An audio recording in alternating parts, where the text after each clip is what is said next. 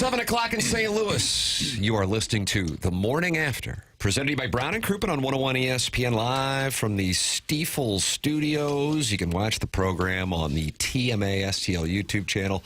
And, Doug, it looks like the Devil's Crotch was waiting for us. And right when Jackson hit Jermaine Stewart, was that 86? We don't have to take our clothes off? Goodness, I don't know the years. And he wore a little white fedora in the video. Doug, when did you stop knowing the years? Do you remember what year that was? I never really paid much attention to the years.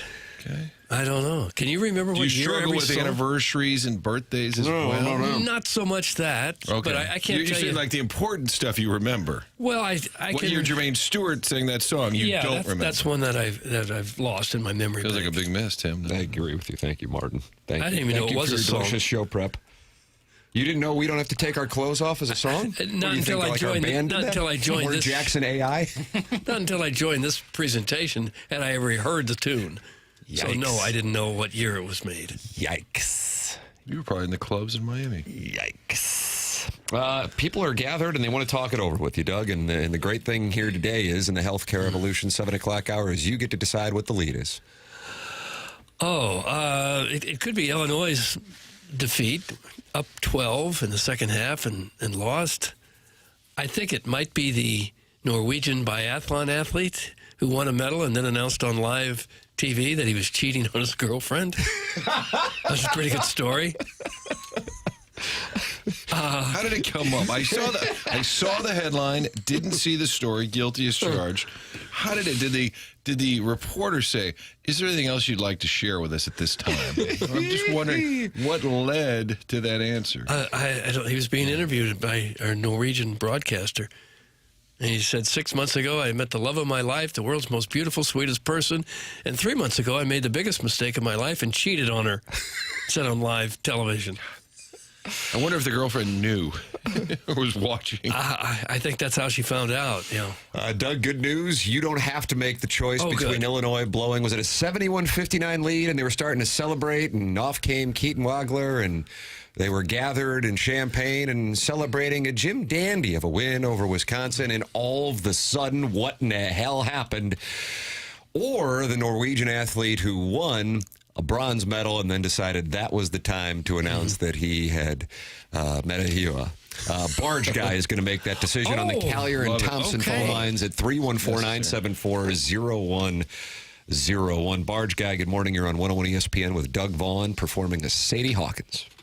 Good morning, everybody. Hello, How are you doing today? I'm doing great. Boy, being a man who's been through 58 years of life, I don't even know what to say about the Norwegian gentleman. And usually when that happens, if you don't know what to say, that's when you immediately call in. Rarely have I been speechless about an issue or situation, but my jaw actually dropped when I saw that. It was absolutely hilarious in my mind.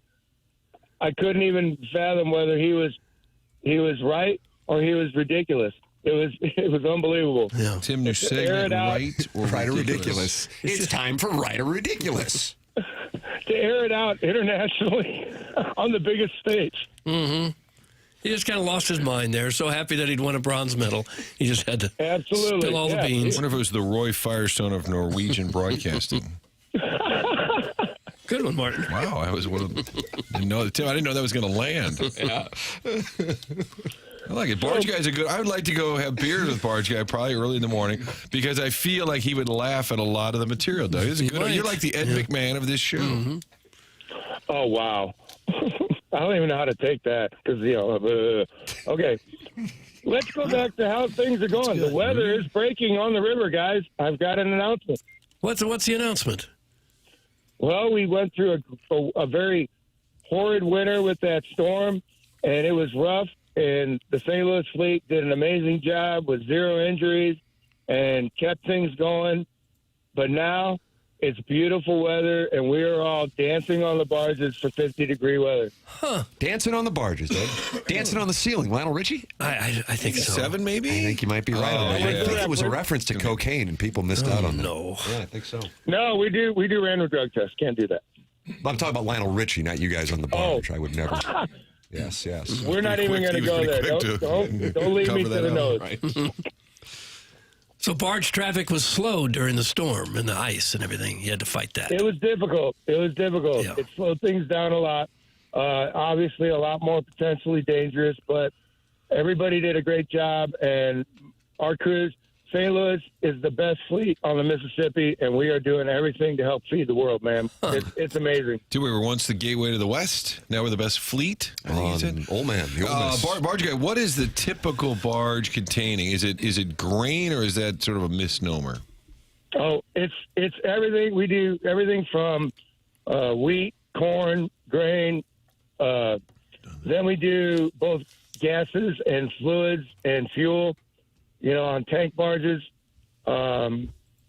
It's a combination of everything. It's the beginning of everything the world needs to keep moving, honestly. Huh. That's good. Kind of like that. That might be a slogan. Everything the world needs to keep moving. Yeah. Nice. Yeah, we take barges for I'm working granted. from home today because my Jackson is homesick today. Oh, no. Aw, yeah. So, but he's got his Valentine's Day party tomorrow, so he's already broke his fever and he's sleeping well. And we're going to get him safe to be able to do his Valentine's Day party tomorrow at school. Oh, well, that's good. That's good to hear. There's little he's on the fireballs for the mend. kids, mini bottles. Okay. Hey, So everything else is going all right now that you're in charge of the barge traffic here? You got it moving smoothly. hey, you know what? I'm trying new things. I'm being innovative. I'm trying to push the needle and look outside the box to prevent injuries and to motivate people and reduce turnover and keep retention. It's that simple. Awesome. Hey, last thing. Okay. Because of St. Louis's sports, Yeah. let's go Billikens. Oh, Look at this. Roll Have Bills. you always been a Billiken fan, or you've become enamored with their performance as of late? No, Barge Guy? they've always been on my radar, all the way back to Larry Hughes. But, I mean, as long as I can remember, of course, I loved all sports, thanks to my father, rest in peace.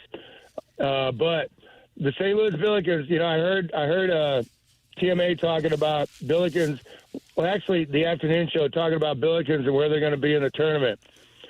Let me say, I think they're going to be either 6th or 7th in the There it seating. is. He's going to be a 6 or 7 per Barge Guy. Yeah. Yeah, I think that's kind of what the general consensus is. Wow.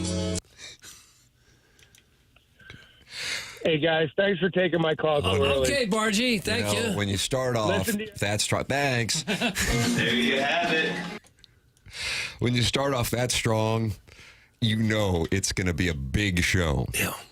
This is our final presentation with a full dais for 4 hours before we go to Jupetown, Doug. The Real Housewives of Jupiter will meet the Real Housewives of TMA in South Florida. I will be arriving at approximately, 8:15 tomorrow. Have an event with my son at his school. Oh, you do? So I will be at 8:15, and then we will do the remainder of the presentation. Martin has onboarding at 10 o'clock. Martin and I are both off on Friday. Jackson has prepared one hell of a dais on Friday, and then we're live for Healthcare Evolution's presentation of TMA at Cardinal Spring Training Monday, February 16th through Friday, February 20th. Hello again, everybody from Jupiter, Florida. Well, hello. I saw the Cardinals had a release that the media time will be 8 to 9 a.m. down there. Nice. So that'll be 7 to 8 here. So we got to get right to these interviews. I'm ready to go. Yeah. Okay. Sounds like you just issued a challenge to Jackson Burkett. All right. We're going to, it's not going to be an hour of slap and tickle. It's going to get right to the journalism. Whoa. Yeah. What's that implying? Listen, my feet are in the blocks. Once that starting gun goes off, I'm ready to sprint. Okay. That's good to And hear. you've been studying the roster. You know what Dickie Fitz looks like now. Yep. Okay. I'm ready. Okay. Well, let's go. Anybody check the forecast? Supposed to be nice down there next week? It's supposed to be great back here, Doug, so we can't do the typical, how is it back there? Which is what you would do probably back in the day. You probably did it, Doug. Tim, you probably did it. In February, when you're in Jupiter and you're pitching it back to Larry and Julius, you say, guys, I don't know what the temp is there, but it's a little chilly tonight. It's down to 72. Back to you. I think I'll head to the beach tomorrow. Back to you, Steve. But then That's you how I would can't do it. do it next week because the weather here is going to be great. sounds horrible. Wake me when the interviews are over, Doug. That's from Just Don't Press Push, and he is not happy. We can't win. He In advance. is absolutely not happy. Well, this audience isn't just miserable. They kind of plan out the misery. He's already looking at 7:01 Monday, and he's mad.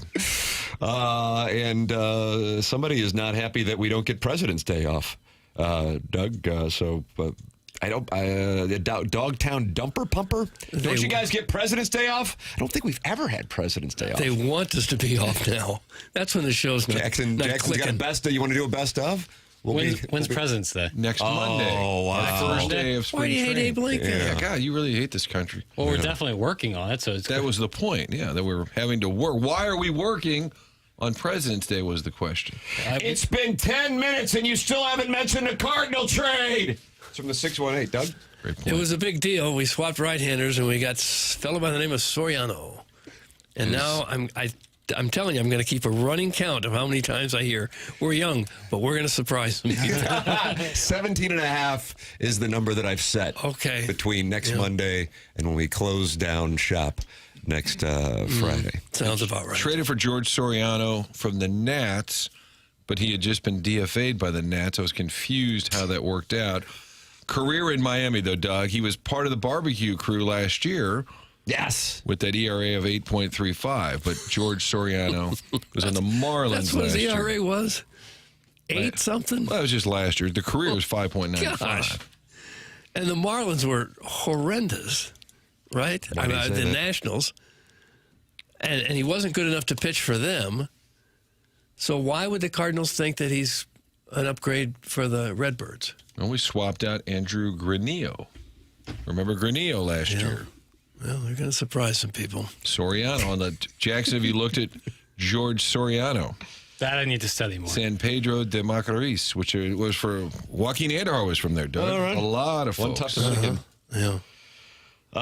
Guys, not to be soccer guy, but maybe the lead is the ugly Tina Turner inspired doggy tops. That's from Golden Hoosier Shoe. Jackson, you have a podcast called Uniform Boy. What is your analysis? It's an odd color choice. I have to be honest. The with you. gold. Well, it's kind of Or the shading on the front, which a lot of people are confused if it's dirty or if it's got a purposeful shade. Well, yeah, it's kind of like it kind of looks like a lotion ad. Looks like an ad for some sort of moisturizer with like an Olay ad, and it's like a. The video does? No, the jersey. The jersey looks like an ad for oil. Yeah, like The jersey looks like an ad for Olive Olay. like a lotion. Like it kind of looks like. I love you. I don't follow. I that's the only way. I'm doing like a Rorschach test right now. Maybe we take a break and you do some Adderall. No. I'm locked in. But it's the Tina Turner kit, and it's paying homage to Tina Turner. Doug, she moved her at the age of 16, went to Sumner. Okay. All right? All right. So this is an homage to Tina Turner. It's a gold kit. It's not a road kit. It's a secondary jersey, right. Which means they could even wear it, let's say, at their home opener. I'm hearing rumblings. The Veiled Prophet is a big supporter of the Doggies, Doug. And he sent in a screenshot of, this is the BS the Doggies released yesterday. I'm tired of it. The Doggies suck, the Blues suck, the Cardinals suck, and Webster sucks. He, of course, being a Cottleville resident. But it's a screenshot of the post that says, introducing the Tina Turner kit, a tribute to the queen of rock and roll and her unstoppable energy, a celebration of her enduring spirit in the city where she found her voice. Okay. I guess there's a tie in there for soccer somewhere. Not really, but it's a nice thought. I don't Yeah. get it. No, I don't think I get The it. patch on the bottom's pretty cool, but it's very small. And that's Olive Olay? No, it's a Tina Turner, and that I like that. It's like a pale gold, though. It's not a very Pale gold. Pale gold. yeah. It's like a very soft gold, not a bold gold. not a bold gold at all. The Notre Dame helmets would be a bold gold. Yeah, that's a perfect example. This is like a kind of sweeter honey mustard. Oh my word! Wow, that's really nice there. That's comparable to the oil of Olay. Well, yeah, and it Analogy. also kind of there's like some black shading in there that kind of looks like it would be in an ad for moisturizer. I don't. Well, It's just that's I'm trying. that's you asked, I answered. Understood. If you guys keep talking soccer, I'm going to fetch my bathtub toaster. Thanks. And let's make Friday a free perk Friday. That's where Brian Henson is. Gluten-free perk going to be in No. Running Point on Friday. No, that would be great. Running point, no less. Hey, can you come in and do the show? And when I say do the show, I mean run point. Who did you get? Marshy Marsh and the Playful Posse? I've sent the offer to Marsh, making sure that he's good to go for Friday. That's a long day. That's 4 hours in the morning, 4 hours in the afternoon. So Well, making talk sure him that into he's it. okay. Well, I'm making sure that he's okay with it. So what did he say? He said, "Let me get back to you." Oh, he's not sure. Well, I told him, Why don't you take guys some take time and think President's about Day it. off in advance? I said, take some time and think about it, because that's a long day. It's when you don't get is. off the air until 6 p.m. and you start at 7 a.m. That's a really long day. A lot of talking. Well, especially on a Friday. lot So of jaw-jacking. I told Marshy, tell me on Wednesday.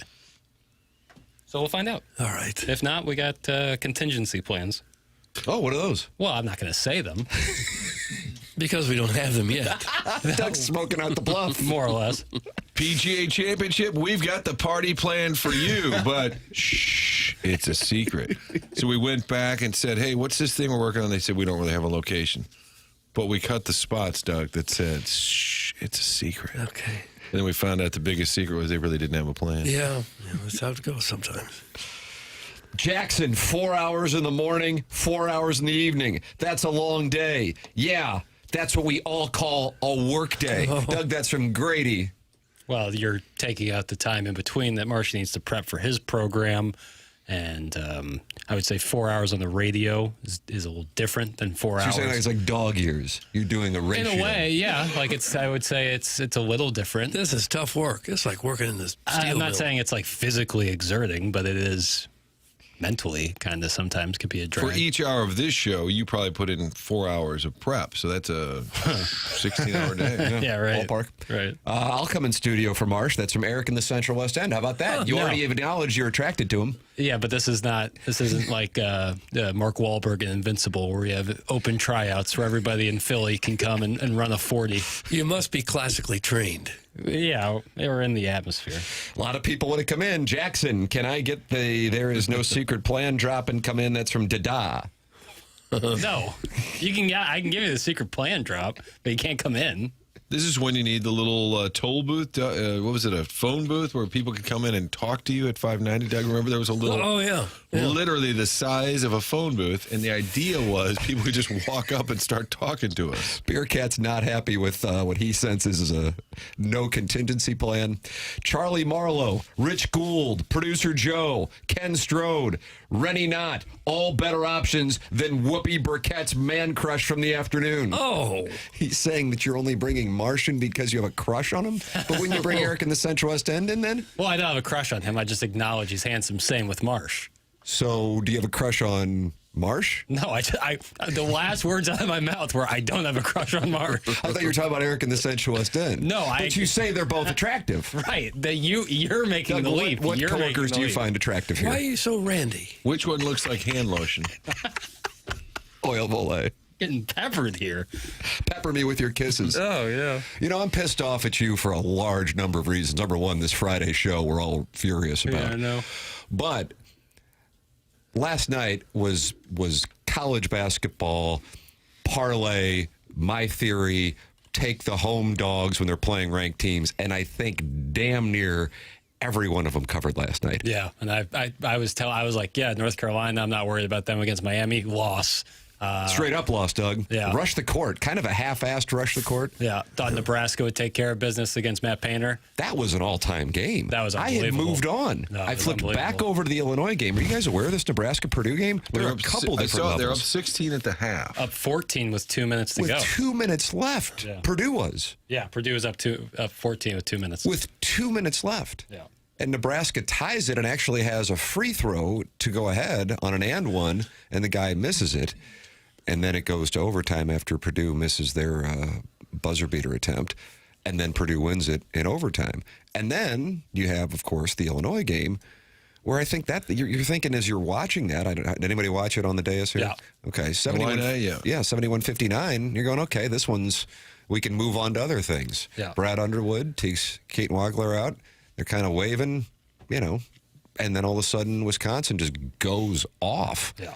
Takes it to overtime. But in this case, Wisconsin jumps out to an early lead in overtime, and Illinois is not able to hit the buzzer beater, and they take a really surprising loss. I don't know if anybody in the country has the combination of two better wins than Wisconsin, winning in Ann Arbor and in Champaign. It's crazy. And the thing For a about team that really isn't, considered they're formidable, a great but, team. Yeah, but they are not the cream of the crop of the Big Ten. The thing about the Nebraska game is they had a chance to win with 5 seconds left. The guy gets the inbound and slips. Did you see that? Yeah, he falls and slips. And, oh my, for those of you who are wagering, they were down by what? I think a point. 1 point, yeah, because The they got spread was 1.5. Oh, my God. The guy slips on the inbounds play. They then foul Purdue, and Purdue hits both free throws and wins by 3. Yeah. Oh. And you know what the thing is for God. bettors? Oh, if you had the Huskers. The thing for bettors, he slips, falls, drops the ball. The Purdue defender picks it up and runs the other way, and nobody touches him. The Nebraska player did not foul him. He reached, made no contact with him. The ref blows the whistle for a foul, gets the 2 free throws, makes the 2. They should have just let it play out. And Purdue then you would wins have had by your 1. Nebraska cover, Then you plus had 1.5. Then you'd have had your I Nebraska hate to see cover. the Huskers lose, but at least I've got my sweet, sweet cash. Yeah, literally reached his hand out 3 feet away from touching him, and they called the foul. They tend to call almost everything there in the final seconds. Yeah, for sure. They're just so used to it, but he did not make contact. And the teammate ran over after the guy fell, And and then he started slipping and sliding. And he looked down over there. He looked down at the floor like, what in the world? They were talking about it. That's like the timeout area where the guys will like congregate in a timeout, and they're likely sweating all over the floor. And, yeah, is right. And Oh, now what was that? it's just, I don't know. Yeah, I was like thinking about it, and then you kind of seemed like, yeah, you are Randy, bro. They got that big Australian guy in Purdue. He probably sweats a ton. So are you saying Australians are hornier than Americans? That's a good question. Text in on that. I'd be 314-399-9646. Yeah, or Brisbane. So why didn't they properly mop, it sounds like? Well, that's the question. It's on them. It's their home court. Yeah. Illinois was playing with 2 starters short in Boswell and Stojakovic. Tough to keep winning with a 6-man rotation. That's from Doug's favorite kink. And that's kind of what Underwood said. He goes, we got 1 ball handler right now. Stojakovic out. Didn't know that going into the game. I don't know if anybody wagered. He'd rolled an ankle against Michigan State. I think the Illini will be fine. You got to get Boswell back. I'd have Stojakovic healthy, but they missed a lot of free throws too down the stretch. Wagler missed a couple of key free throws. Yeah. They were 11 and 19 from the floor, but Underwood, he went off on the refs after, and he doesn't do that a whole lot. Let's take a listen. Doug here is Brad Underwood. Okay. You want the one on the officials? I honestly didn't know we had. I'm sorry. We got a few clips of this Jackie Papers I'm sorry, on the Polos Plus dossier. We've jumped into 7-2. Doug, this is local rock. So you want the one on the officials or the one on the loss? Officials. Okay. This is more so about the Michigan State game, but this game as well. You mentioned a few times that you think there's some calls that Keaton's not getting, and you talked about every game being officiated differently. How do you guide Keaton through that? When I have no idea. We sent 12 in the other day from Michigan State. We'll send the missed out-of-bounds play in the first play of the overtime. That's egregious, right? I mean, it's egregious. We will definitely send in the 10-second call that happens. I mean, he's 5 feet from getting across half court, and there's 10-second call. And we got guys that miss that, and they're making I mean, it's just, I don't know. I don't know what to do with it. I don't know. I'm done talking to people. I don't get called. I'm done. I'm frustrated as heck. I'm very frustrated. And because it changes so much from game to game. We had a guy tonight we haven't had in 2 years. 2 years. Do a league game. Do a league game in 2 years. Swish. I think it He's might talking be about an official who hadn't done a game in the Big Ten. Okay. I think it's maybe one of the hardest jobs in sports to be a basketball official at the college level. I can't imagine what's harder than that. Producing TMA. Yeah. From what I heard earlier in the show, that's what it sounds like. Friday show. Yeah. But Underwood, I don't hear him go off too often. I know he can be intense on the sidelines, but I think he's pretty reasonable level. Even in the postgame, he was pretty polite with Greg Gard. There seemed to be some respect there with the Wisconsin coach, but there does seem to be a really wide range in terms of game to game. Such a beta move to complain about the refs like that. That's from MD 2020, and that is going to activate the 618. Okay. That's going to activate the 618. I know Illinois fans were super pissed about Saturday night in East Lansing, and Brad Underwood was critical, and then critical, obviously, as you just heard, following last night's loss. But up 12, even missing Stojakovic, and you haven't had Boswell now for a while. That's when you got to get. I think when basketball went to the three-point shot, it was probably the most meaningful rules change in sports, and certainly in my memory. It used to be, I'm going back a ways now because the three-point shot's been around a while, but it used to be if you were down 12 or 14 with a couple minutes left, it was over. You had no shot. And now you can be down by 9 with 20 seconds to go and still be in the game. It was really a fantastic change. Yeah. And that's why the game's not really over, until it's over. I think somebody said that once. It's very smart. But the ability, if you got some shooters, you can come back from a big deficit in a real hurry. Yeah. Not exactly the hottest take I've ever had. I think just it's pointing good. that out. I agree. Since a few things happened last night. That's why you're the wizard. To illustrate that. Wizard Coach, Crestwood. how cool was it that it was a Wisconsin player that sank the winning shot? Well, they're all Wisconsin players. There it Yeah, is. You got to you think can about tell that. by the uniforms they're wearing. The Grape Ape Auto Detailing, legendary balloon party texter, has sent in the research, Doug, via the Air Comfort Service text inbox, 314-399-9646, and says, based on data regarding sexual partners, Australians are generally considered more sexually active or quote-unquote horny than Americans. Australians rank among the tops in the world for promiscuity, with a 2024 study finding that Australians average 13.3 sexual partners in their lifetime, consistently placing them higher in sexual activity rankings than the United States. So congratulations to our friends in Australia. Is that Kylie Minogue? I don't know who it is. Does it have Americans, what they average? Jackson, do you have Is that? that Grape Ape Auto Detailing didn't send that. Oh, okay. I don't have that, unfortunately. 13.3 partners is the average Australian? That's correct. Okay. Do we think Grape Ape Auto Detailing knows they're getting some YOLA here, or it just automatically pops up? I think it's an automatic, it's a Google account. Is that what happens, Jackson? Yeah. If you have your text names Often. saved to your Google account. Yeah, we had some, Martin, unfortunate incidents during Balloon Party with some intense hatred coming in, and then it was tied to a church from a pastor. Yeah. And I think that's a putt that he wanted back. Yeah. Yeah. So Forgive me, Father. Long Dong Silver could be a place of business. That's correct. Hey, Outback Steakhouse got a good salad. I imagine they do. Yeah, I imagine they do. Add a 5 and 10 point shot line, then you're never out of the game. Just a thought, Doug. Yeah. Starfish Street. How about 5 points if it's at half court or beyond? Jackson, you like that idea? Yeah, let's turn it into a parlor game. Well, but maybe only if in the last minute of the game. There's been people. I mean, that's what like the Harlem Globetrotters do. They have a 4-point little section. Yeah. No, I'm personally not on board with it. I think they got it right. 2s and 3s, 1s for free throws. Are we serious? Is this like a serious answer to it? I thought it was a joke. Well, yeah, but You guys are It is a debating. joke. You guys are debating whether they should Well, actually add a 4 or 5 point 5 shot. points beyond the half court. yeah, Martin. There's no bad ideas in the brainstorm. Right.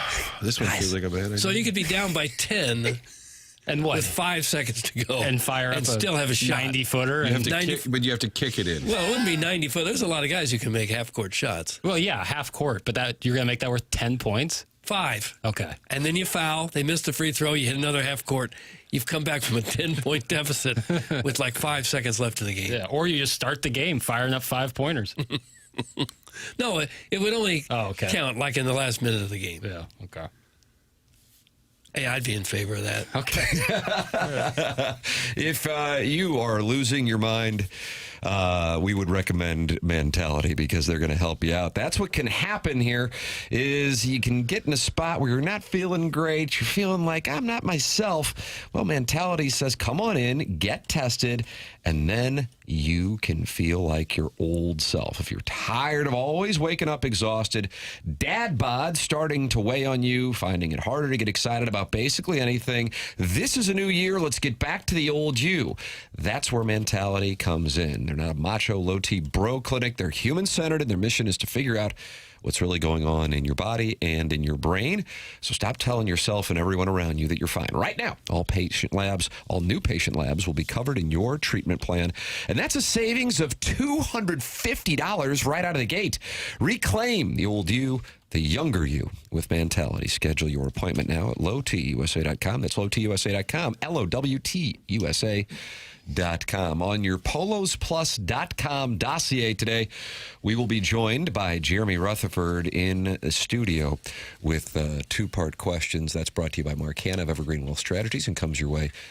Jackie Papers, I've got it on this polosplus.com dossier taking place at 8:45. That'd be accurate. 8:45. Jeremy Rutherford in studio at 9:45. The Design, Air, Heating, and Cooling email of the day.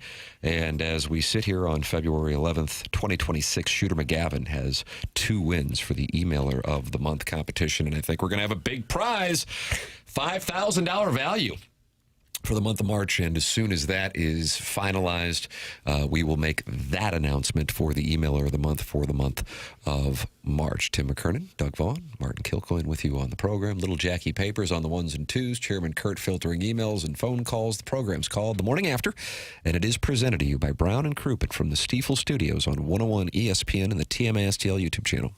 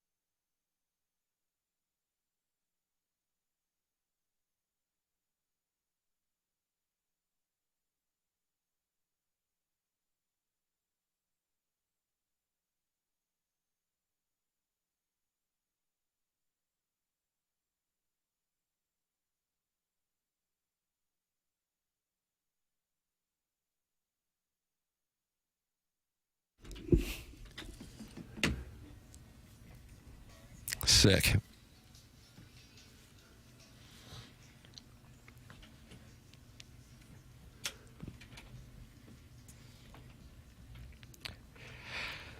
Doug, we have some data coming in after we got the number on how many partners Australians have, because the Great Ape Auto Detailing says they are randier than Americans, and he provided the data from a 2024 study that says Australians average 13.3 partners over the course of their lifetime. All right. The chairman of the National Swingers Convention is a loyal listener of the Morning After here on 101 ESPN. It's great to have him on board, and he says Americans average 10 partners in a lifetime, and I'm way under that number, FYI. I'd like to increase my number by 4. Wink, wink. That's from the chairman of the National Swingers Convention. What was he implying there with the wink and the wink? Oh, hey. And by 4, did he mean the 4 of us?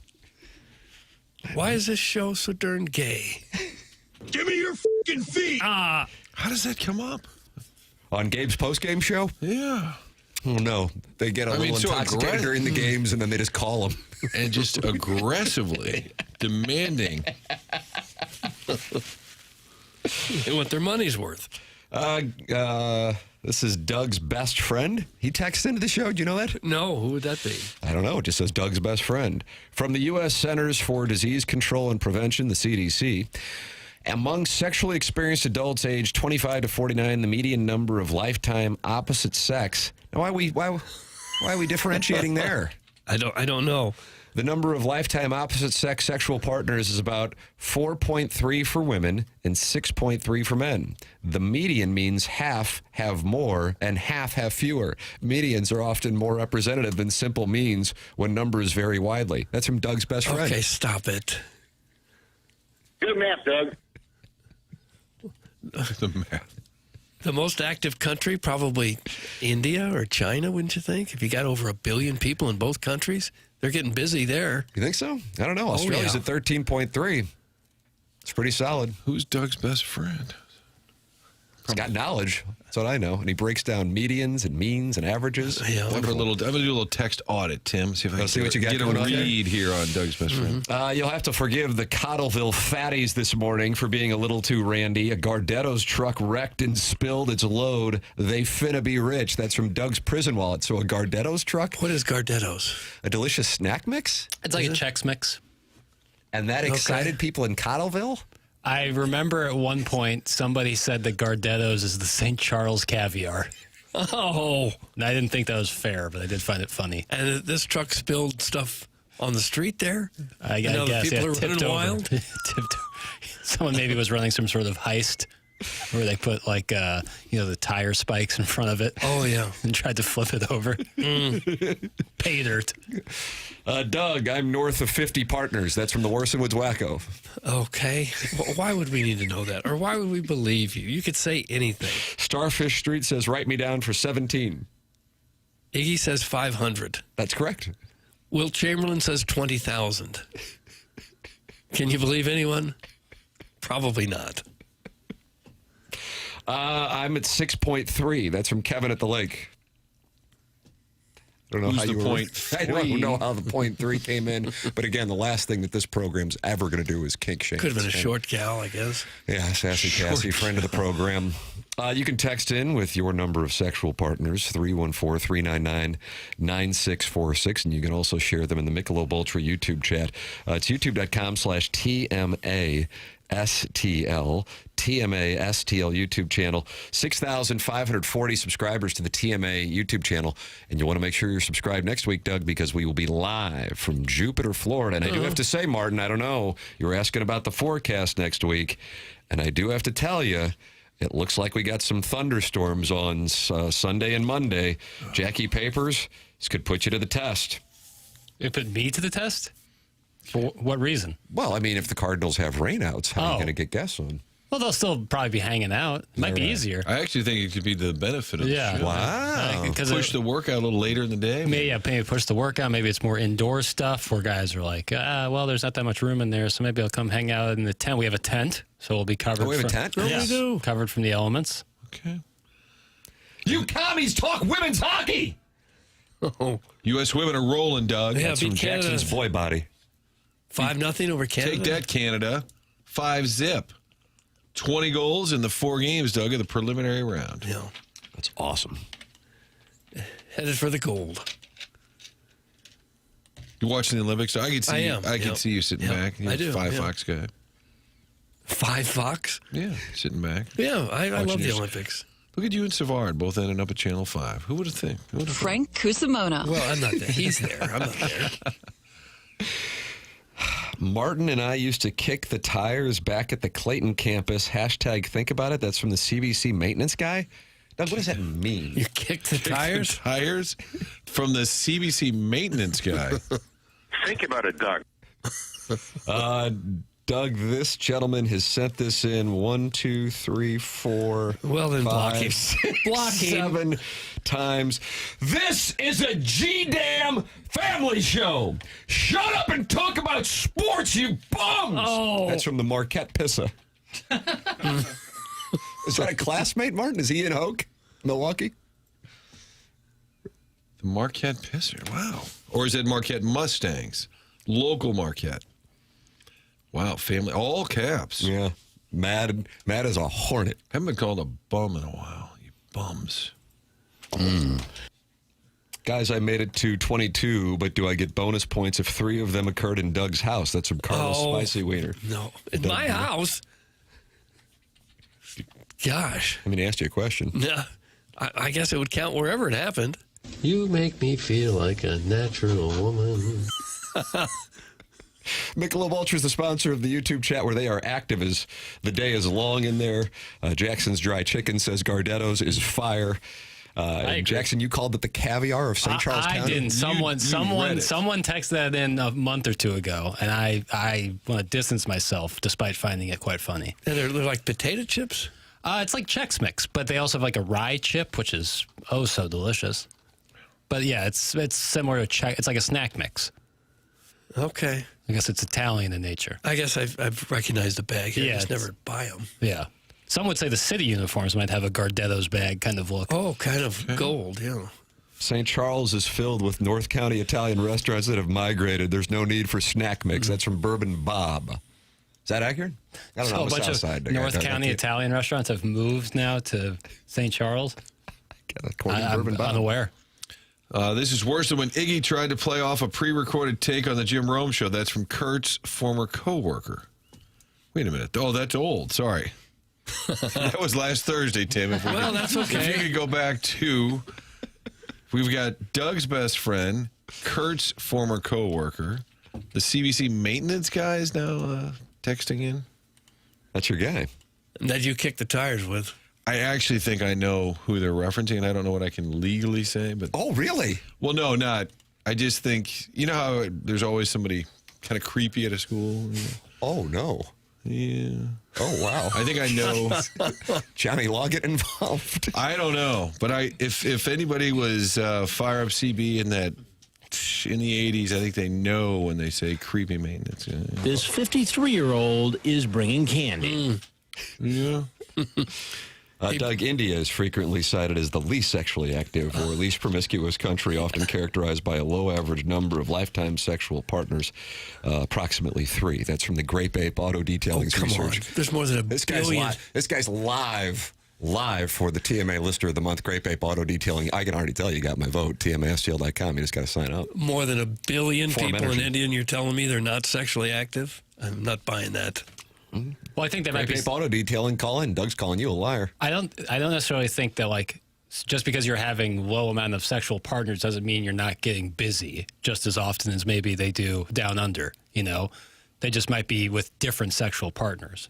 So you might find that one person early, and you're just you two are both going to town. Easy. Well, I'm just saying. Okay. This is a sports show, guys, on the same level as Karen and Clayton. Keep your comments to yourself and to your homeboys. Doug, that's from Old Appleton Stepdad, and he sits out there on the front porch in Old Appleton enjoying a country time lemonade and listening to this show on a transistor radio. Do you have homeboys that you keep your comments to? I do. Absolutely. Polling feels like he'd be a good homeboy. Yeah. That he could just about say anything. And then, please, God, don't ever repeat it. This is kind of an economy question. Are you stocking up on bananas? Context. How would that go for you? They'd all last about a week, and then you'd lose everything you had. Right, well, you got to stack up, though. I thought this was a sports talk show. Why are we talking about sex? Doug, that's from Big Steve. That's a good question. Because the Nebraska player fell down. Right. Was it in front of the Purdue bench? He went slipping, sliding, and then his teammate ran in. He slipped. Right. And Jackson made the observation that it's about where they have the huddle during the timeout and that fellows were sweating. And then Jackson pointed out there was a big sweaty fellow from Australia. Right. That is correct. And he thought was exciting.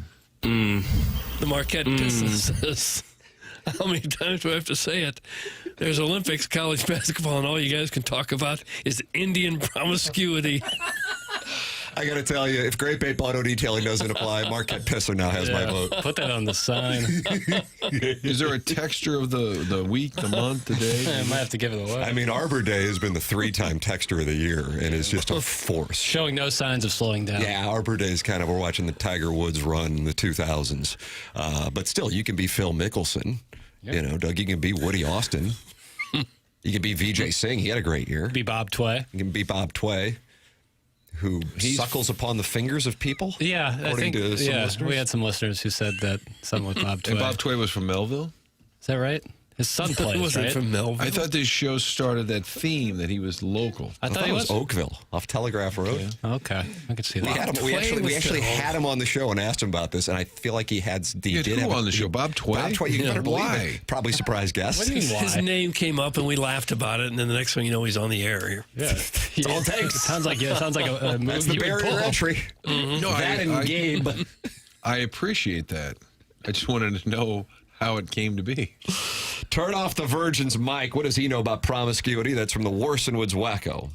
Well, I turn on and off the mics, so... Yeah, that's right. Nobody decides that but you. Yeah, I'm the arbiter.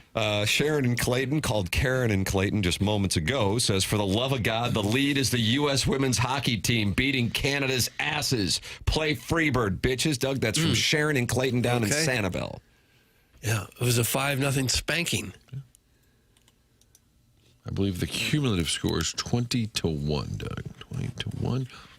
The U.S. men, the Canadian Team Canada, they start tomorrow. The men. We will have I believe that Dalibor Dvorsky, Doug, he is in action today. Against Italy, Slovakia and Italy, I believe. Boy, that Canadian team looks great. Holy smokes, if they got some guys on that team. So they haven't won the gold since 2014, Doug. Yeah. Last time they had NHL players in the Olympics, 2014. Think about it. Okay, I'll give that some thought. Okay. I thought this was a silly time show. Why are you guys talking sports? That's from Kitty Bates in the Michelob Ultra YouTube channel. Today's show is dedicated to Indian promiscuity. Sports talk radio is supposed to be about sports. How about that? Was that from like a Barrett seminar? No, Alpina. Martina, I don't know if you've gotten Alpina's season yet. I've hit a little bit of a listener's block. I haven't gotten too far. Well, I think what happens is you start listening to the TMA, lifetime recap, and then Movie Boy comes out with a new sode. Get a little sidetracked. Yeah, I can understand. Is there why. a new one this week? Yeah. I get so confused. What do we got? Gareth and I. What does Gareth needs to? I might start representing Gareth for comp. He's taken care of. You're a modern day Phillips and Wall. Look at you two. Phillips and Wall. Tim, you're a big Morgan and Crunch guy? That one I think predates me. I think. Or maybe I'm just not familiar. We took a look at the last 10 years of Best Picture winners and asked, did they get it right? Which was kind of fun. I like that. Yeah, it was fun. It was a good time. If you idiots start talking sports, I'm turning the show off. That's from Lady Sonia's Teacup. Okay, we won't. I was going to ask you guys if Nevin Shapiro got into Miami basketball since they appear to be pretty It's decent. always football, and he's always looking ahead, and nobody can beat the U. Warson-Woods Wacko is probably texting in from his mom's basement. That's from the Marquette Pisser, and now the Marquette Pisser has just poked the beehive. Godspeed to the Marquette Pisser. It's about to rain down. I'm just telling you what's going to happen. Warson-Woods Wacko, he's like 50-something, isn't he? 50, early 60s. Look at Doug. Doug is doxing. Well, we met him. Not in the doxing We met him. business. No, I know. So I doubt he's living in his mother's basement. I would be surprised as well, but I don't know how old he is. I thought he was in his 30s. I just found out the other day who Big Tuft is, and I thought it'd be kind of funny to write him back on the text line with his name and freak him out, but I'm not going to do that. Oh, is that right? Yeah. I don't know who Big Tuft is. Inside word. Outside of Mazalek, has anyone in St. Louis history entered into a worse contract than Sharon and Clayton's husband? That's from Arbor Day, Doug, and that's why we're watching Tiger Woods at Pebble Beach in 2000 with Arbor Day's text. Okay. Good morning. Hello, Mo. You're welcome to send in your insults, whether they be for us or other listeners, at 314-399-9646. That is the Air Comfort Service text inbox. And then you can just talk it over with Jackson's Dry Chicken, Bourbon Bob, Walrus King, and Professor Roy Hinckley in the Michelob Ultra YouTube chat. Michelob Ultra, 95 calories, 2.6 grams of carbohydrates. It's only worth it if you enjoy it. And the weather is warming up in the St. Louis area. Get on out and enjoy it with friends and with family, and enjoy a Michelob Ultra, longtime TMA sponsor. Michelob Ultra, it's only worth it if you enjoy it. On your polosplus.com dossier, we will be joined by Jeremy Rutherford at 8:45. We have the Design, Air, Heating, and Cooling email of the day at 9:45. This is the Morning After, presented to you by Brown and Crouppen from the Stiefel Studios on 101 ESPN and the TMA STL YouTube channel.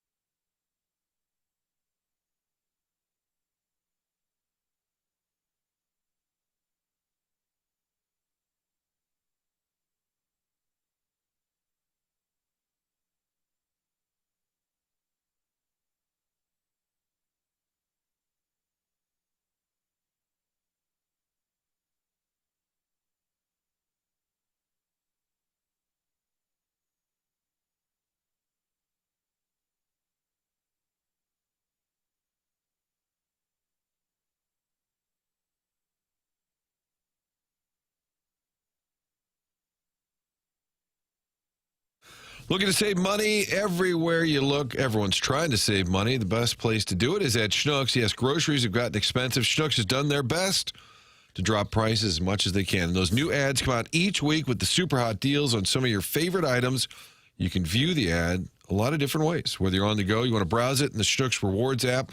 Also the website, schnucks.com/weekly ad, or pick up the paper copy at the entrance to the store. And now, get the following week's ad 1 week early. Just grab that copy at the store or the entrance, plan ahead, and save. So many more ways to save beyond the weekly ad. Join the Schnucks Rewards. We told you about that.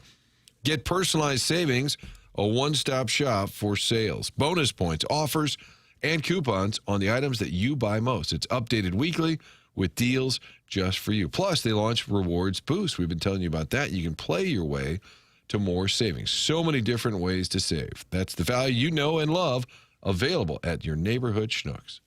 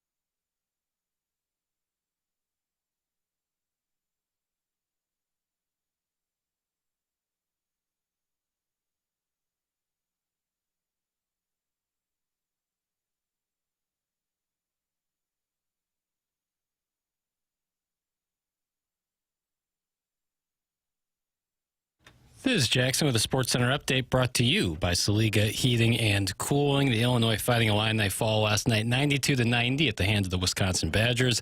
Illinois will have a chance to get right after dropping 2 in a row when they play Indiana on Sunday at noon. That was another Sports Center update brought to you by Saliga Heating and Cooling, a Daikin heating and air conditioning dealer.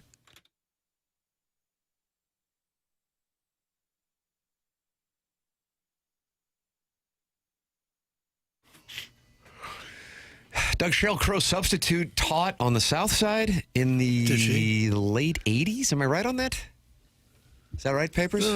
Sounds right. She's a University of Missouri grad. Kappa Alpha Theta, Kennett, Missouri. Kennett, yeah. But taught on the South Side. Really? What school? Yeah, oh yeah. What schools did she teach, Doug? Gosh, I just don't know. South Side. Well, I lived briefly on the South Side, but that was, 60 some odd years ago. Too good for the South Side? Yeah, I noticed that. I caught my that dad, too. My mom and dad were young, had 3 little kids, me being one of them. They bought a house on Lewis Street, over there off Germania by River de Pere. Oh, now we're bragging. Tiny little house. And it was the first house, I guess, brand new. And my dad spent all day laying sod. He went out and got grass and laid sod, spent all day and all night, got all the sod laid, woke up the next morning, and someone had stolen all the sod off the yard. Wow. He was hopping mad. Oh, that's when you give up. Stole They the came sod. in the middle of the night and took all of his grass. How sad is That's that? when they said, well, I guess we'll move to Crestwood. Wow. You were hot, weren't you? Darn right I was. It was hot. According to this story that pops up, Sheryl Crow's Facebook, something or other. Sheryl Crow worked as a music teacher at Kellison Elementary in Fenton. Teaching during the day gave her the opportunity to sing in bands on the weekends. Okay. Kellison Elementary, Rockwood School District. That's what it says here. Now they're not happy with Doug's story, which I enjoyed. Oh, great. Now it's History of Doug Hour. 636. The story lasted 20 seconds. They are not. They are not happy today. We'll take requests. We'll talk about it. But honest to God, what in the world, if you're like a big local sports fan, would you like this show to talk about? NFL power rankings for next year. Nevin Shapiro's looking ahead to Miami football. 314-399-9646. I saw this and I thought it's interesting, but it also kind of falls into the category of, what else is he going to say? But it's the kind of thing that will get people talking, and therefore we'll play it, but I think it's kind of a nothing. But I'll let you guys. Martin, are you familiar with this exchange with Governor J.B. Pritzker and a KSDK reporter? Are you familiar with this? I think, was he asked about the Cardinals moving? Yes. Okay, I'm loosely aware. Okay, here's the audio. Right now, the owners of the Cardinals are saying, hey, Busch Stadium looks a little long in the tooth. Is there any world in which you would try to attract them to cross state lines into Illinois? I am trying to attract businesses. Yeah, we're all. I appreciate your asking the question. You said any world, yeah, like every world in which we are trying to attract businesses, and that includes teams, but businesses to the state of Illinois. If Pritzker's serious about landing the Cardinals, he'll have to pitch a bit harder. Bill DeWitt III telling our sports director, Frank Cusimano, quote, Illinois is not on our radar. They shut it down pretty quick. They're looking at making major renovations to Busch Stadium and perhaps building out Ballpark Village around it instead. Yeah, I would go back to your original premise that we're now giving it oxygen when Pritzker is like, sure, we'll take it. Why not? He's kind of got a little issue with the Chicago Bears wanting to leave the state. Maybe you're going to at Iowa in addition to Indiana. What in the world? Tend to that one first. Right. So he was asked about it. It was a gathering in downtown, correct? Yeah. That's what I saw this yesterday, and I'm like, I'm sure, and then I think it was one of his advisors goes, yeah, sure. And he goes, yeah, why not? Right. But What's he supposed to say? And then Bill DeWitt III, who isn't necessarily, as he expressed on our presentation last week, experiencing the joys of operating the franchise right now. I think he enjoyed this text from Frank. Bill, Frank, real quick. We've got a story. Appears to be a little red hot. What do you know? What do you say? Interest in Illinois. Thanks. You talk about making stuff up out of thin air. The fact that that's even a story at all is just so ridiculous. So utterly ridiculous. When you can ask anything, you could say to Bill DeWitt, hey, any thought maybe you guys would just buy the Chiefs and move them here? And then he can answer that, Right. and then that's a story. Then the headline is DeWitt talks about moving the Chiefs here. Right. Open to the idea of Chiefs playing at Busch Stadium. Right. There is no secret plan. Well, in that case, there was a secret plan. Did he say that in this studio? He said that. He said a lot of stuff, I believe, to Randy Carricker and DeMarco Farr. I don't know if it was this studio or if they were in a different studio at that time.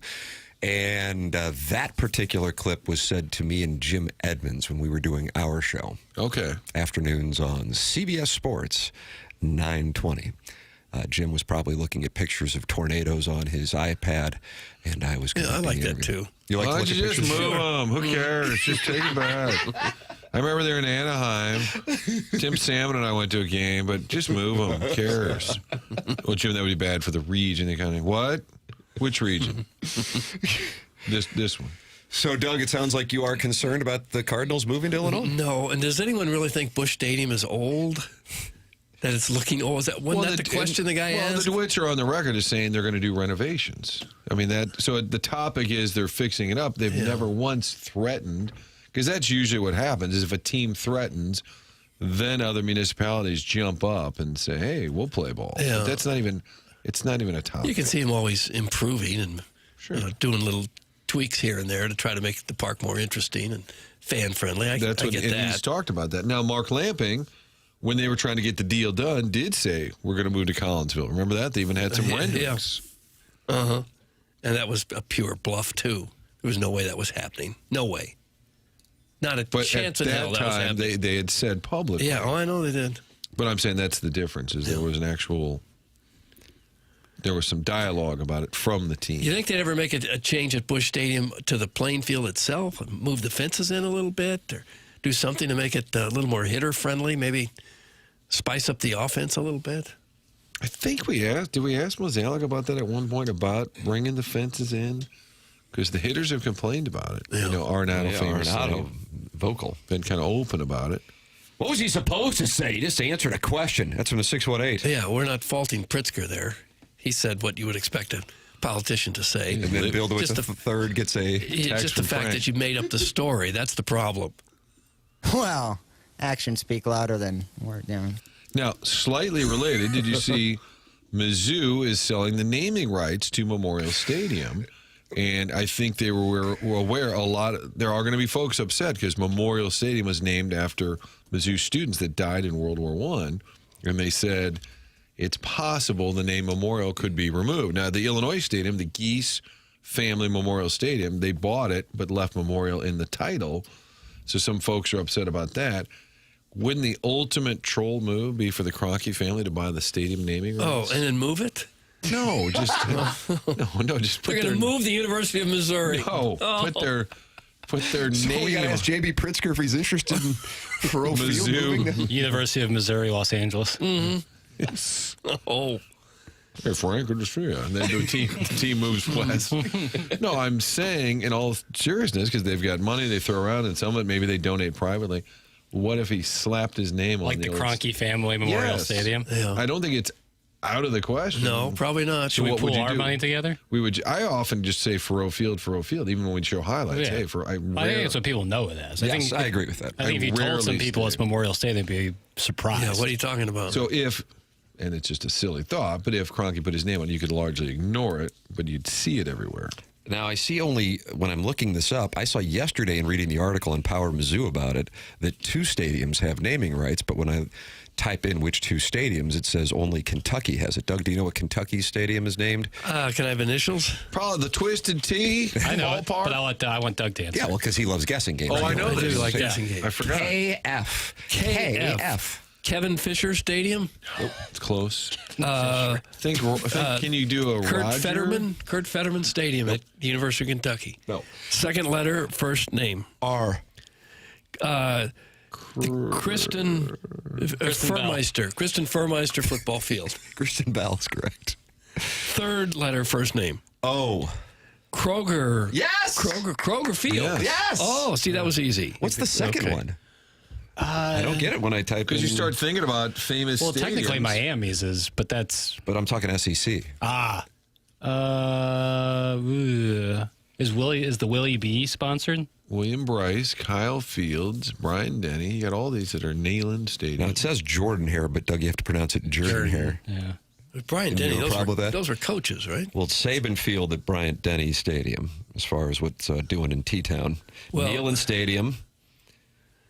But those Donald aren't- W. Reynolds Razorback Stadium at Royals Field. Some of those aren't sponsors. Those are just named after historical people. Reynolds, I was down in Little Rock when they created that, I don't know where the new end zone is that's down there, and it's new now, 20-plus years. But Reynolds was the donor in Broyles Field, Frank Broyles, and he spent a cup of coffee in Columbia, Doug. He did, yeah. One year. Mike Shannon was his QB. Is that right? Fun facts for no and tell.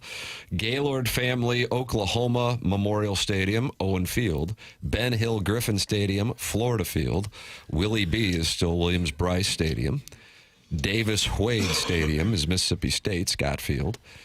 Sanford Stadium at Dooley Field. Doug Vince Dooley, father of Derek Dooley. Down there between the hedges, Kyle Field at A&M. So I don't know what else has got the sponsor. You just hope that Hemingway's Hottie Toddy. Tiger Stadium. You hope it's something that isn't too crass, like a awkward name, the PPG Paints Arena or something. But you can be sure if there's money in it for a college, they'll take the money and put any name on there as long as the money's right. And they're all scrambling for cash right now. I think you're probably going to get $3 to $5 million a year, something like that, for the naming rights. And that's nowadays it'll get you a couple defensive backs. Sure. In Louisville, they have the KFC Yum Center. The Yum Center. Yeah, it's not the best. The Pelicans play at the Smoothie King Center. It's just not a very intimidating name. Doug, do you think Drinkwitz is going to get the field named after him and his next contract extension? That's from Connie Lassiter and Greg Bickle. They have a joint account, and they text in. Wouldn't surprise me a bit. Eli Drinkwitz Field. The Drink Dome? Mm-hmm. Yeah, he'll get some money out of it one way or the other. If I had a stadium, I'd name it after Tim and have a VIP owner suite for him. That's from Recovering Alcoholic. But now, if you're Chaffetz, who actually paid for much of Chaffetz Arena, I don't know how much, but he got it going. That's certainly makes a world of sense that the place would be named after him. It wouldn't be there if it weren't for him. But if it's already been built and you're just slapping a name on there, it's a little bit different. Chaffetz's name is also on the business school at SLU, much like that Geese guy up in Illinois also has the business school, and then he sponsors like half the radio broadcast. I really like that Geese guy. Geese guy. Yeah, I don't know what he does, but I think he's always done great work. Nice. I know when you email in, like Shooter McGavin, you can do great work, and that's the Design Air Heating and Cooling email of the day. Martin, tell us about Design Air Heating and Cooling. That's that Seth Goldcamp. Well, we love our own in St. Louis. How about a business that's been based here for more than a century, family-owned, and still run by Seth Goldcamp? The family tradition continues. He's fourth generation, and as the business has changed, so has the technology. Of course, they've maintained one thing over the years. Technology changes, but the commitment to you, the consumer, has not. That's why we get all these great texts and emails telling us about the experience that you've had working with Design Air. So whether it's the AC in the summer, furnished during the wintertime, you can count on Design Air to get it in, get it fixed, get it right. If you get a new HVAC unit, they're going to be with you every step of the way. And that commitment to the employee, you can just tell they like working there. There's a difference. When you work with a company that enjoys being an employee there really is something to it. You can find out for yourself. DesignerService.com is the website. And as always, when you've had designers, people will send in pictures on occasion here, but make sure and let us know what your experience is with Design Air. Family-run business from day one. It's DesignerService.com. Design Air, heating and cooling sponsor of our email today. You can send yours in the morning after at InsideSTL.com. We are in the Fisher Window and Door Store 8 o'clock hour. The program is called TMA, presented by Brown & Crouppen on 101 ESPN.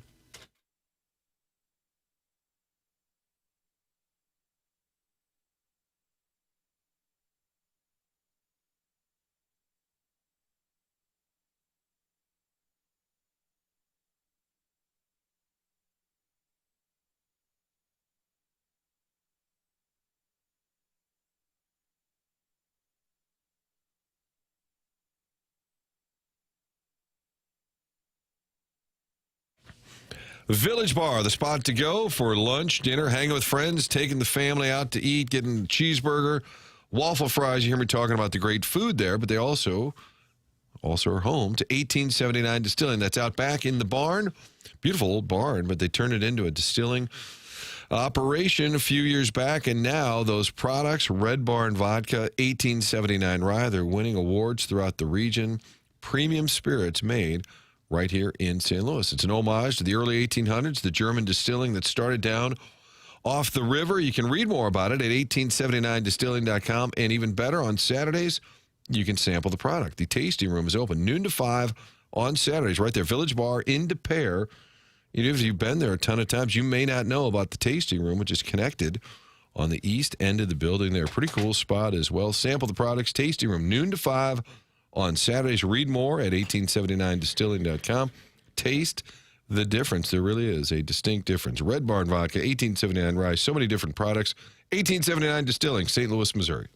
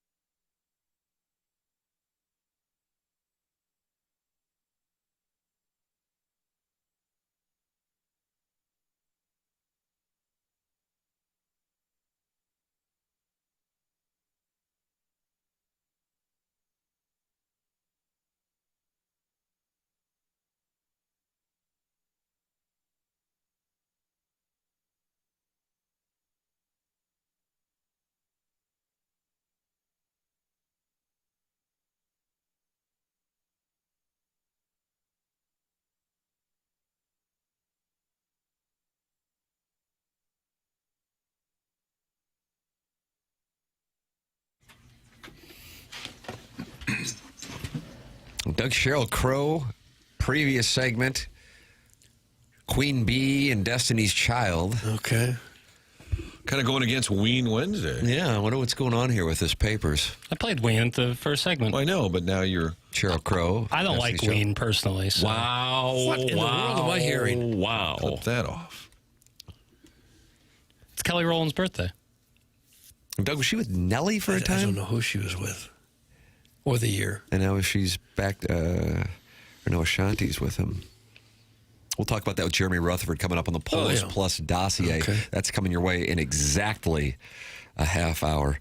And we welcome you to send in two-part questions for JR. 314 399-9646, Air Comfort Service text inbox.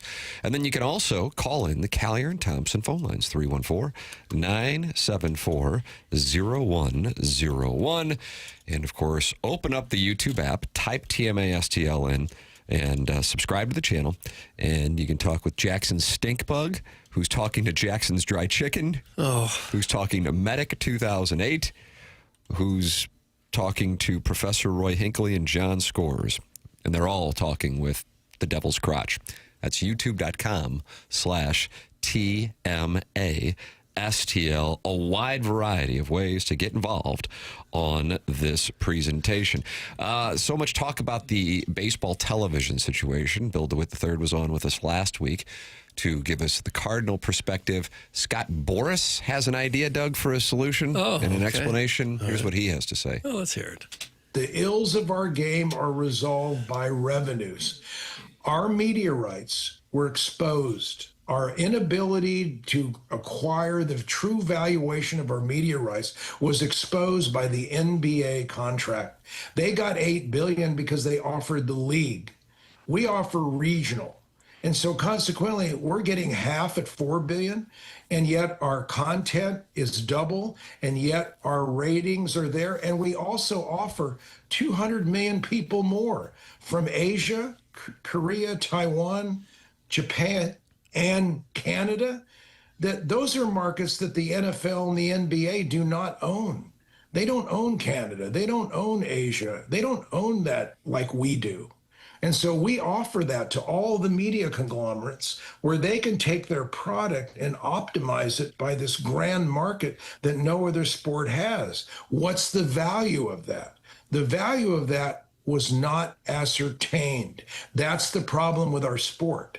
Because if we have 20 billion to deal with versus 4, all the ills of what a lot of owners struggle with today will be resolved, and it will not be a labor issue. I do wonder what the Asia dollars are with all the, players, the star power, Ohtani, and the deals that they can cut over there. I don't know what the books look like, and that's probably what Boras is talking about. Yeah, but it's one thing to say we're not getting the money we need to get for the product. It's another to figure out how you get it. Well, I think he's talking about selling the league as opposed to selling individual teams. Yeah, but how do they go about doing that? Right. It's not you can't identify a problem if you can't also provide a solution. Doug, listen to that. Mm-hmm. You can't identify a problem if you can't also. Well, I think you can identify the problem. You just need to keep searching for the solution. I don't know that the bigger markets are ever going to want to share all their money with the smaller markets. It gets back into the college football issue. In an ideal world, looking at it from a fan perspective, it would all be equally distributed and you wouldn't have what you have right now with the chaos. Same thing from a fan perspective with baseball. But if you're the Los Angeles Dodgers, why do you want to attach the Miami Marlins to your teat? Don't say teat.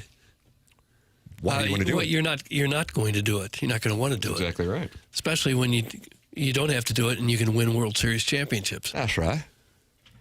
So I'm kind of surprised that Scott Boras is the one who took that line. But I like where he's coming from. I have no idea how it would actually get done. NFL, of course, with national television deals. The local is the key here for baseball. Well, I think that the obvious solution is a salary cap and a salary floor, and it'll probably take them a year of arguing to get around to that, and that'll probably do it. That'll probably be the end of it, I hope. Boras is forgetting that the NBA's in bed with China. That's from Eric in the Central West End. Jackson, do you agree with Eric? He clearly has not forgot. No. Literally all he talks about. Scott Boras for commissioner. That's from Donnie's Headband. But I don't understand, and maybe this is me being naive, but the NBA also has local deals. They also have their own, for sure, their own local deals, just like baseball. Well, so does the NFL. Radio. Right. But I'm talking television. The NBA plays on regional sports networks, same as Major League Baseball. Right.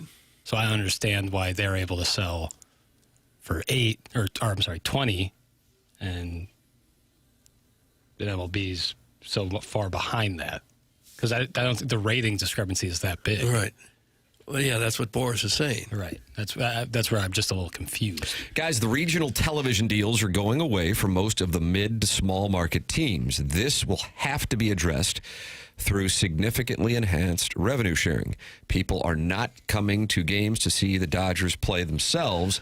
They need the other team. Small to mid-market teams have to realize this, need a cap, need a floor, and need complete revenue sharing. That is from the 636. I agree. It would be wonderful. I don't know how it gets accomplished. That is how I would summarize that. I would love it. I don't know how it gets accomplished. Yeah. I do think, and that is why I am of the opinion, and I know many of you in the audience are as well, that is why the game has one more season left of this current system and prepare for no spring training this time next year. That would be my expectation. I think the problem is twofold because you have players and owners battling each other historically, like a Scott Boras digging in with the players' side. But then I think within the owners' ranks, you're going to also be battling what's good for the game. Well, I don't want to give you my money. So you not only have players and owners head-to-head, I think you have division within the owners' ranks. Yeah. Makes it impossible to sort of work it out. I don't know what their format is, how many votes from owners you would need to agree to revenue sharing, but there's probably enough big market teams and owners that would vote it down that you might not ever get it passed to the ownership. You got Toronto and the Yankees and the Red Sox and maybe even Houston and Phillies and the Mets, maybe Blue Jays, the Cubs and the Dodgers and the Giants. None of those teams might say, sure, let's share. They're not going to want to. Doug, do you think I should text Bill DeWitt III, ask him that question, and then say, also, I heard you're moving to Illinois? Yeah. Just as a quick follow-up. I think he'd appreciate that. Yeah. Chance to set the record straight because clearly Governor Pritzker is making a play. Mm-hmm. Maybe you could text him almost every day and ask him if there's anything new on this move to Illinois. How dare that Illinois governor come to this town and try and steal our ball club, Doug? That's what I hear happened. That's the way I heard it. Hey, Doug, if last year's Cardinals and last year's Dodgers played 162 games, what would the Cardinals' record be? That's some Tim's toothless bottom boy. Didn't they have a winning record against the Dodgers? Was that last year or the year before? Yeah, the Cardinals would have won maybe 60. 65 wins, maybe? I think you're probably right. I think it's in that sweet spot. Yeah, probably so. And this year, 50, 55. We got Soriano. We're young, and we're going to surprise some people. Well, he's 26, isn't that terribly young? He's been around. Cardinals went 4-2 against the Dodgers last year. See? Yeah. Small sample size. Hey, guys, I like baseball, and I'm a big sports fan, but I really wouldn't lose any sleep if they canceled the next 2 years of baseball. It's from the 618. Well, I wouldn't lose any sleep, but I'd lose a lot of entertainment. Mm-hmm.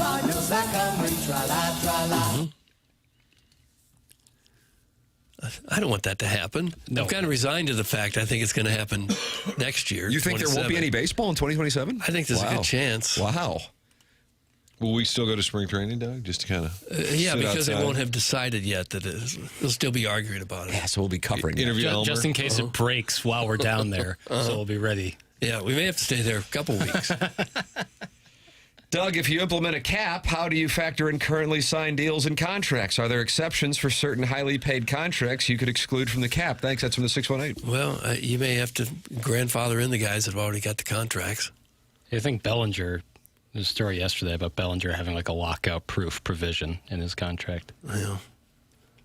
Well, it's not going to be easy. It's not going to be clean.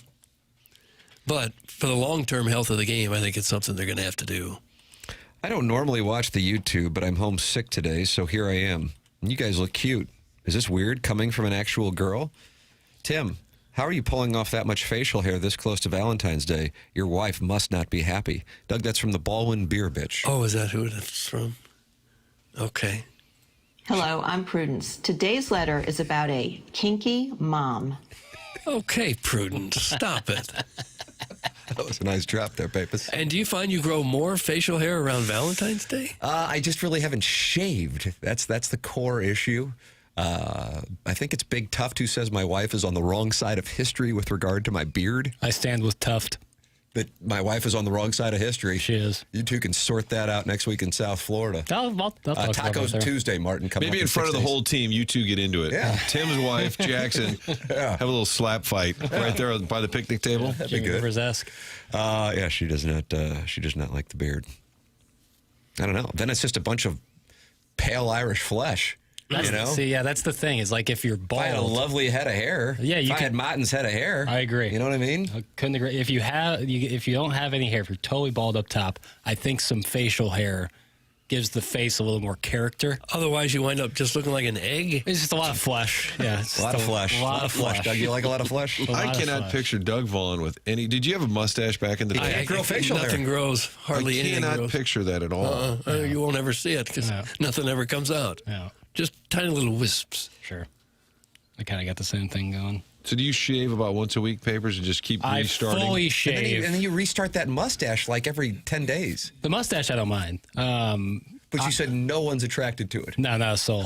Not a soul. But I would say I clean shave like with an actual 3-blade razor once a week and then touch it up with an electric razor throughout the week, especially in the neck area where it seems to grow more, which sucks. Neck beards? And that's the incel community? Yeah, guys who spend a lot of time on Reddit. And they all have neck beards. Yeah, they probably Did you know this? I didn't. 2 to 3 drones. Drones? Or remote control cars or something of that ilk. What was the game that used to play? Slot cars? Doug, what's going on? Guys used to play a lot of slot cars. Yeah, slot cars. You know, like the giant like model race track where you'd have the cars and you'd have that little like Jeopardy buzzer and that would make it go. It has like a little metal pin that gets into the slot. Yeah, right. Stays on track. Right. I think Every kid had that back in my day. And so now guys in their 40s? I think guys who have like refurbished some of those. Refurbished Sibians. Both Sibians and slot car tracks are now having neck beards. Oh, it's a natural progression. And on Reddit a lot. Or 4chan, one of the two. Papers, are you on or off meds today? I'm trying to Off. I've been off for like a month. Okay. Oh, really? What's going on? I'm trying to, freebase this life. Freebase this life. Oh, there you go. Kurt, this segment, freebase this life. Yeah. We're going at natural. Letting my brain just go wherever it goes. Jackson's Boy Body says, it's crazy how spot on Papers is.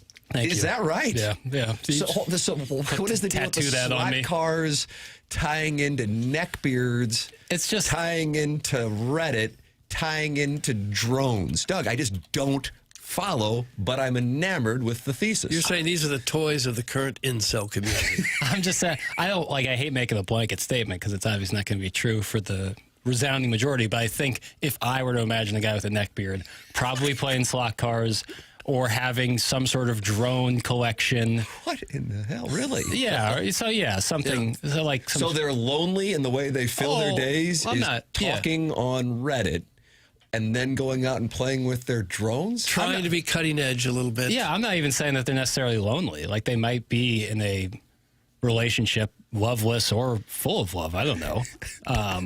But I think they spend a lot of time doing stuff like the slot cars, the RC cars. Yeah. Eric in the Central West End, not happy with your criticism. Libby Jack knows nothing. Slot cars is an expensive hobby. Yeah, see? You feel like you can say no further questions, Robert? I'm just saying, it's like when people are like, dude, slot cars are expensive and cool. It's like, I don't know what the hell. Okay, I can see that. I can see those curls coming from that neck. So the neck beard has curls, like a pubis? Yeah, I think. Well, the neck would kind of have. Most facial hair kind of starts to curl once it gets long enough. No, I don't know. I've never really had a beard. I don't know. The first thing I see is, do slot car tracks still exist? Oh, yeah. So I'm saying they're like refurbishing, or like they have like a Tecmo Bowl that Go to a they hobby like shop, they probably got them and refurbished that, brought that back. Yeah, and I'm not judging. I love when dudes have hobbies. Hey, cut that off. Hey, guys, is Jackson really going in on the Jupiter trip without his ADHD meds, using this show as proof? Is that really a good idea? Doug, that's from Big Tuft, who's concerned that Jackson needs to be added up in South Florida. I think I was last year. I did have a good performance. But, yeah, I think it'll be the same. I'm not worried. I'm not worried. Do you feel different not being on that medicine? No, I mean, yes, but I can still function. Okay. I'm an Tim's adult. toothless bottom boy feels like you're taking shots at him. I have a slot car track and a neck beard, but my daddy doesn't drop me off at work. That's from Tim's toothless bottom boy. Yeah, different strokes, different folks, man. Again, I'm not trying to sound judgmental. If I am, I apologize. Those slot cars, it was hard to keep them on the track. Right. And they were big. You'd want to go too fast, and it would slide off the track. Take up a lot of space, Fall too. off the table, break, and you'd get... Remember when Bobby Bacala got really into the trains, the model trains and Sopranos? It's kind of the same idea. Was the penultimate episode called The Blue Comet? Yeah. Am I right on that? God. There's a gang war going on in North Jersey, and Bobby Bacala is shopping for train sets. Poor guy. Stephen Trippo. Was he a previous guest? Yeah. Steve Trippo? I think that's one where the coordinator got online and said, okay, we need to wrap this up. And I think it was us, or maybe it was Rich Gold. He goes, well, I guess we're done then. I feel like Iggy's interviewed Steve Trippo. So embarrassing. I love the drug-free Jackie. He's entertaining. That's from the Jerkwood from Kirkwood. Take it. Meanwhile, recovering alcoholic says, dose up, piggy. Oh! Dose up. Jackson, your thoughts on Pinewood Derby dads? Thanks. That's from the Southside hash-slinging slasher. I've heard that. I've heard that that's like some hardo dads get really into that. Oh, big time, yeah. Where And they're what do you mean, like stiff arming their kids away and like, don't touch it. I'm waiting for the glue to dry. Man, I am learning things in I don't this know. segment. I don't have a kid. I never did a Pinewood Derby. I took one look at the Boy Scouts uniform and I said no thanks. I think most dads do the bulk of the work because it's like you're a third or fourth grader. What do you know about woodworking? My wife actually helped build Is the that right? cars. Yeah, Kim is a Pinewood Derby expert? She is the handy person in the house. And I would just say, yeah, it looks pretty good. You know, how's the axle? But they won, Carson and Kim won Best Design, I think, the first year. That's awesome. Finished last place. But we got Best Design. But mostly it was her winning the Best Design. Yes. But then you see a lot of parents like, and there's always a little chatter in the back of the gym like, this grandpa works at Boeing. And you're like, oh, engineer. There's always one of those.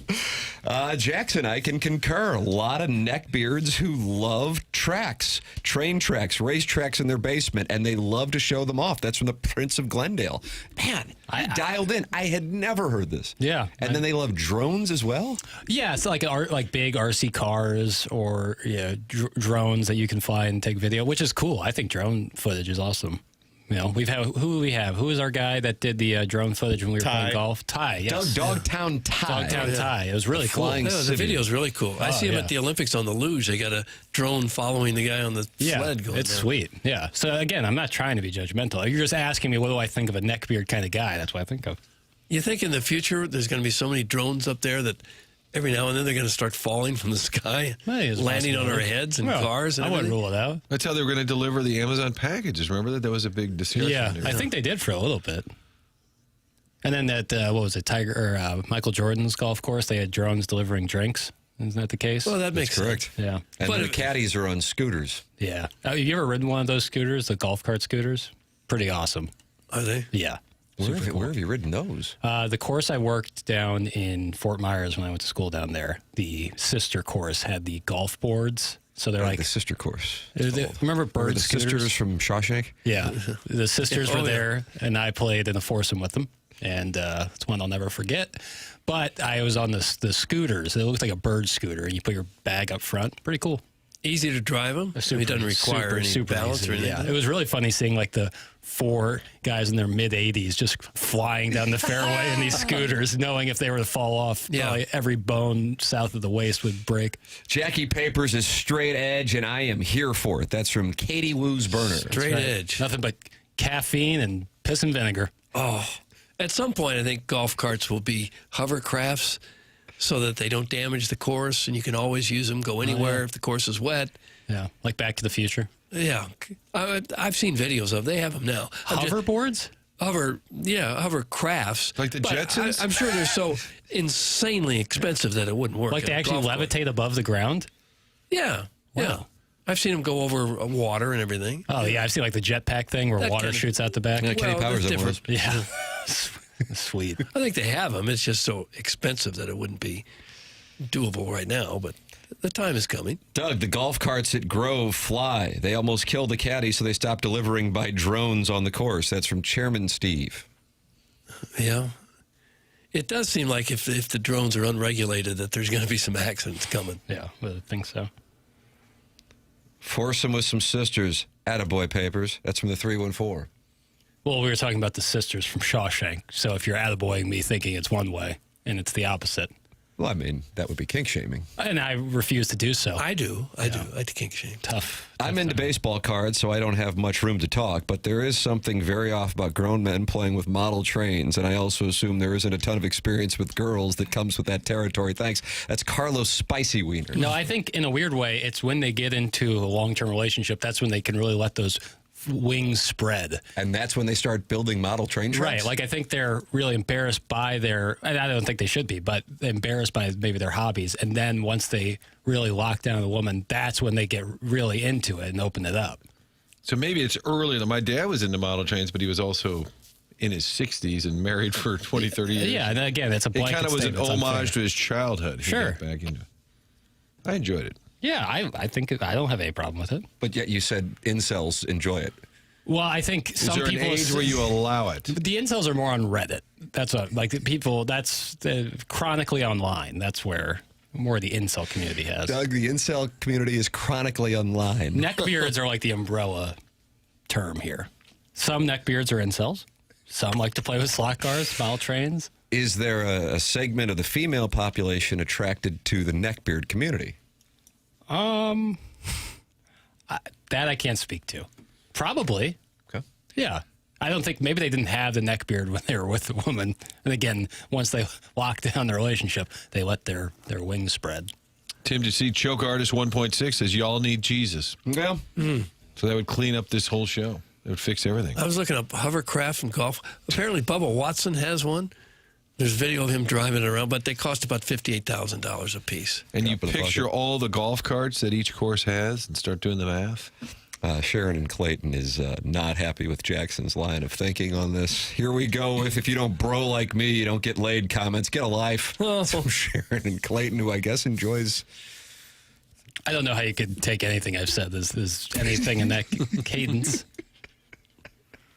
No, I'm not. I've said on record, I don't hate on anyone's hustle. You don't hate on anyone's hustle? Nah. Because I don't want anyone to judge me. No. Doug JR is going to be in studio, and he's going to be taking two-part questions on the Air Comfort Service text line at 314-399-9646. That is how you can text in. Then you've got this YouTube channel, and it's brought to you by Michelob Ultra in the YouTube chat, youtube.com/TMASTL. And, of course, emailing in for our Design, Air, Heating, and Cooling email the day, the morning after, at InsideSTL.com. And we welcome you to support the presenting sponsor of this presentation, and that is Brown and Crouppen, online at getbc.com. It's Brown and Crouppen, getbc.com, or by calling 314-222-2222. That's 314-222-2222. Brown and Crouppen is local, founded in 1979 and serving St. Louis for over 45 years. Andy Crouppen in studio yesterday. And Brown and Crouppen comes into studio on Tuesdays because they are local. And don't you want a local law firm, one that knows how to handle the big national insurance companies and the local courts? Brown and Crouppen, a part of the St. Louis community. If you think you may need Brown and Crouppen services, call 314-222-2222 or go to getbc.com. Make sure you let them know you heard about them on TMA. The choice of a lawyer is an important decision. It should not be based solely on advertising. The program is called TMA, and it's presented to you by Brown and Crouppen on 101 ESPN from the Stiefel Studios.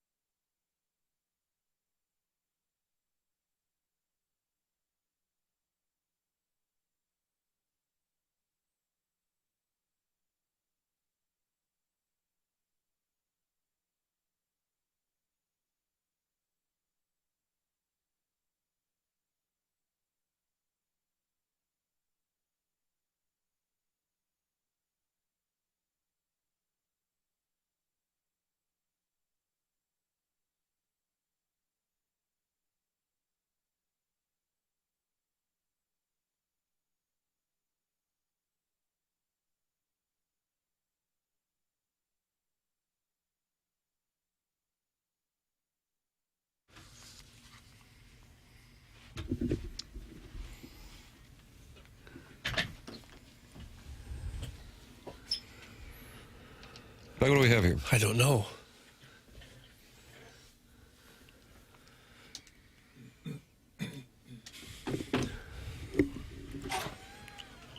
Papers? This is Khaled. It's his birthday today. Happy birthday. Doug, how do you think he is? DJ Khaled? Look at you, Doug. Hell, I don't. It's not DJ Khaled. It's not DJ Khaled. Somebody else named Khaled. Yeah. I was with Doug. And he says we the best. I was actually impressed that Doug knew DJ Khaled, and then I found out neither one of us know who this is. DJ Khaled had a run of playing golf a bunch, and he was. That's over? Yeah, I think that I think ship he is had annoyed golfers. With Yes.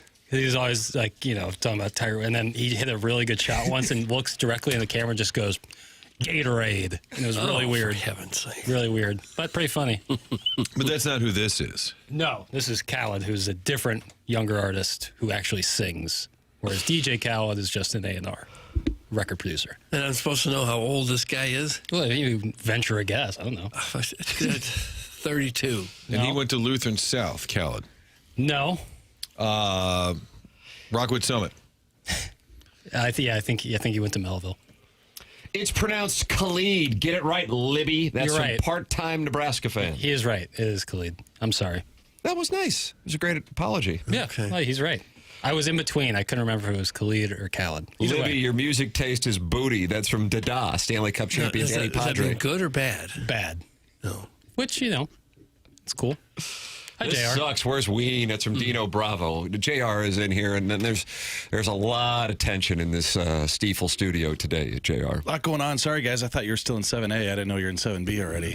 Yeah, we're in 7. JR just appeared. I kept turning around. There was nobody in the cuck chair, and all of a sudden he's like sitting there. Like, just miraculously appeared. Jeremy Rutherford. I was in the bathroom. Chairman came into the stall and got me. So, Oh, no. Yeah. You weren't reading anything, were you? Uh-oh. Doug really likes to police that, JR. Get yourself regular. I was in there, and someone was in there leaning into one. No. Leaning in. That's what it sounded like.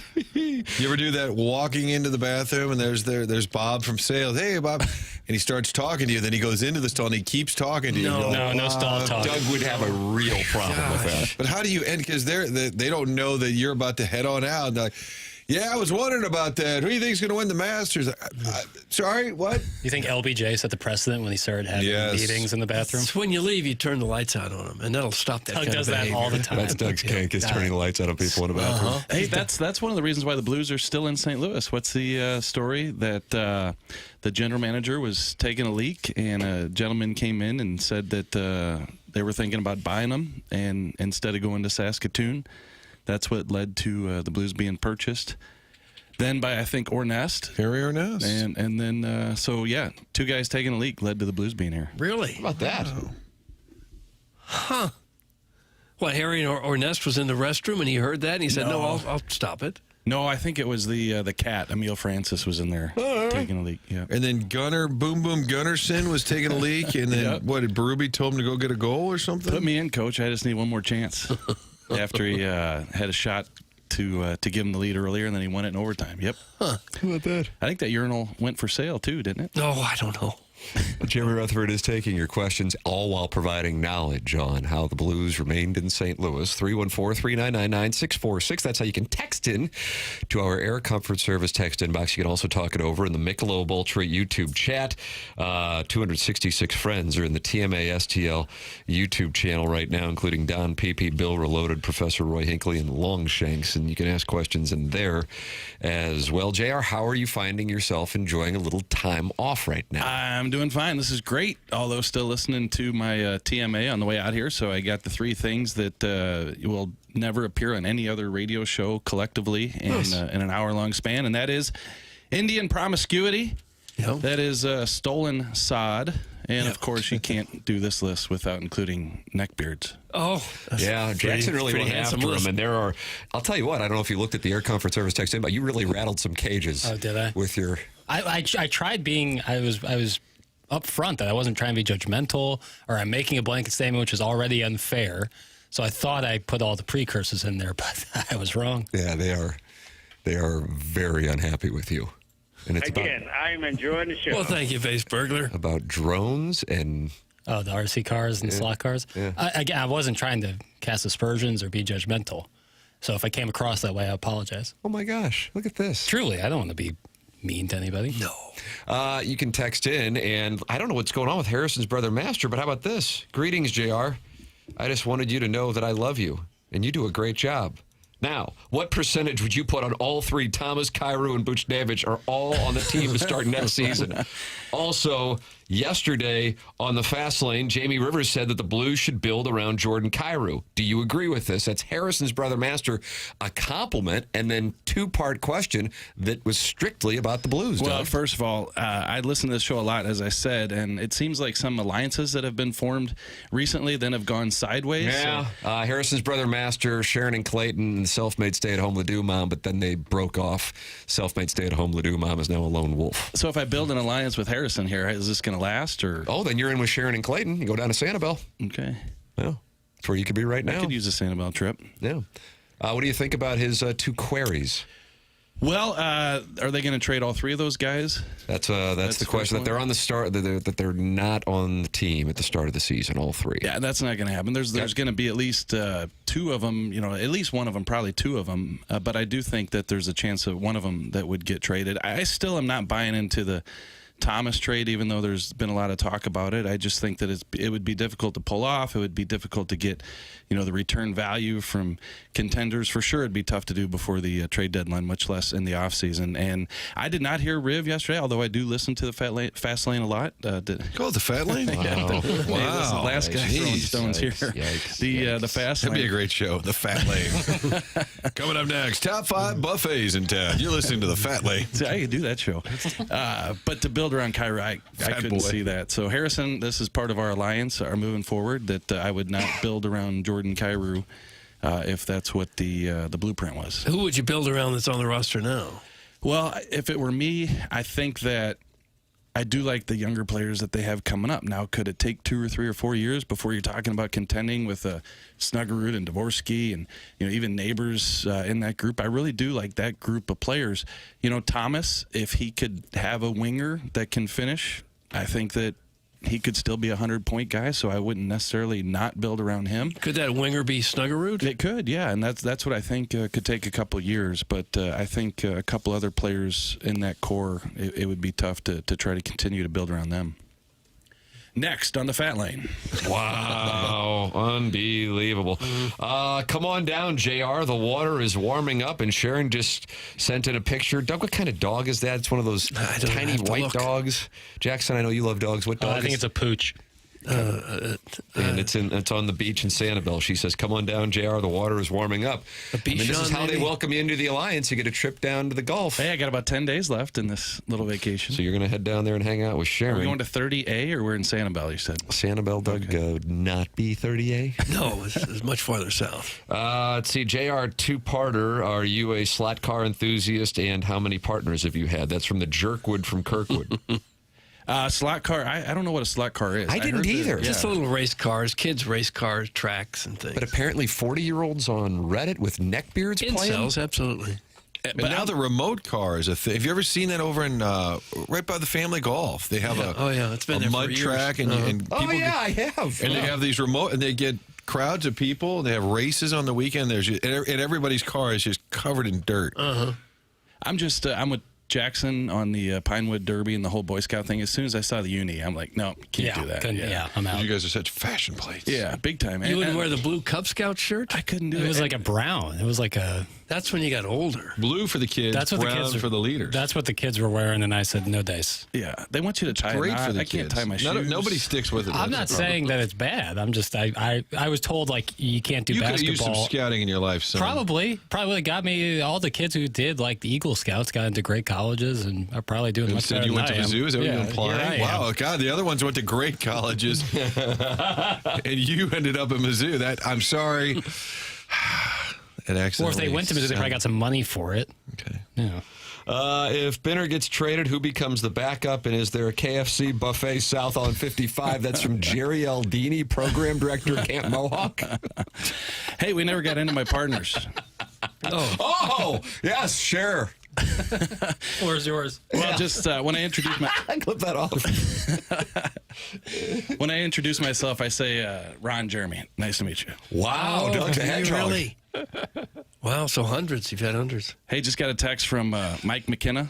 Yeah, he texted me too. I'm looking at this right now, and he is not happy with Jackson on the slot car He is thing. not, no. Yeah, Mike McKenna would not fall into the incel category. No, I said that it wasn't always going to be the case. It's a blanket statement. It's unfair. I said that before I said anything. Do people only listen to half of what I say? I'm telling you, this Air Comfort Service text inbox might be waiting for you outside. He played in the NHL. I think he's listened to a lot of coaches. He's taken a lot of observations. He knows a lot of stuff. And he's got a picture of the track here and everything. Oh, he's got his own, does he?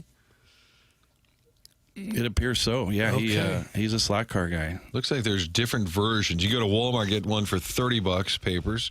Maybe bring it down. We got all that playroom in the back of the house Yeah, at right. Palm Beach Gardens. Right. But then some of these sets appear to be more like $300-$400. You can get a little pricey. Yeah. We'll take your slot car. Tom. I'm thinking like guys who are really into like airsoft and paintball, that kind of thing. It's also in the category I'm thinking of. Well, that seems to be more early 20s, maybe. You get an airsoft gun. Yeah, let me see it. St. Louis Dirt Burners RC Raceway. That's the name of the track over there by Family. Oh, is that right? It's Okay. the St. Louis Dirt Burners Raceway. Now, an airsoft gun, is that what Iggy used to use to shoot gross I mutter? think that was a BB gun, which are a little more painful. Shot the guy on the neck, I understand. J.R. Sundquist, a perfect fourth-line center. Will he be traded? That's from Medic 2007. Yeah, I think there's a chance, and you guys saw I'm sure I know Doug was excited. Might go get out and get a Jack Finley jersey. The Blues claiming Jack Finley off of waivers the other day. For Jeff Finley, number 42? I don't know what number he was, Tim. I don't know. I think that's close. I was going to say 41. You say 42? I'm throwing 42 out there. Jackson, I know you know. I'm saying Who's this? The new guy's wearing 42? No, I don't know the new Jeff guy, but his Finley back dad, in the Jeff day. Finley. I think Yeah. he was like a... Give me 41 to give me 42. All right, Jeff Finley. I'd say no. For what team? You talking about the Blues? St. Louis. Oh, Doug. We have a reporter here. man. We have a First you reporter. upset the incels. Now you upset the Blues fans. All right, I'm going to start. you You guys know what, Tim? Hold way down. the hell off. I'm going to inject your meds into you because we have a reporter here who covers what team? Anybody? Blues. The St. Louis Blues. Okay, when I looked So we talk about a player, and he said, for what team? I looked it up, and his first team was the Philadelphia Flyers. I wasn't sure. He wore 37. You guys were way off. Yeah. Boy, turn that around on us. Him and Jeff Suppan. Jeff. Jeff Finley wore 37. JR, I feel like that's incorrect. Yeah, no, same. Yeah, so they bring in his son, y'all. who is going to wear what? What's Jack Finley going to wear? Doug? I don't know what number he's going to wear. Maybe 37 to honor his dad. Oh, that could be. Yeah. So Why'd he's, you skip the Bennington question, JR? oh, we got to go back to Bennington. Let's do this one first. Some magic beans. Boy, We they got, are not happy with everyone. Everyone. Well, if Finley comes in, I think the Blues are kind of setting up for some changes, maybe in that bottom six, including the possibility of moving a Sundquist if there's interest in him out there. So that ties in the answer to Sundquist. And the Bennington question is: he moved? Who's the backup? Yeah, I think it's got to be Padre. I think that Daddy Padre? Padre Doug. still has the equipment. And that's how cheap the organization is. Whoever's got the equipment is the backup goalie.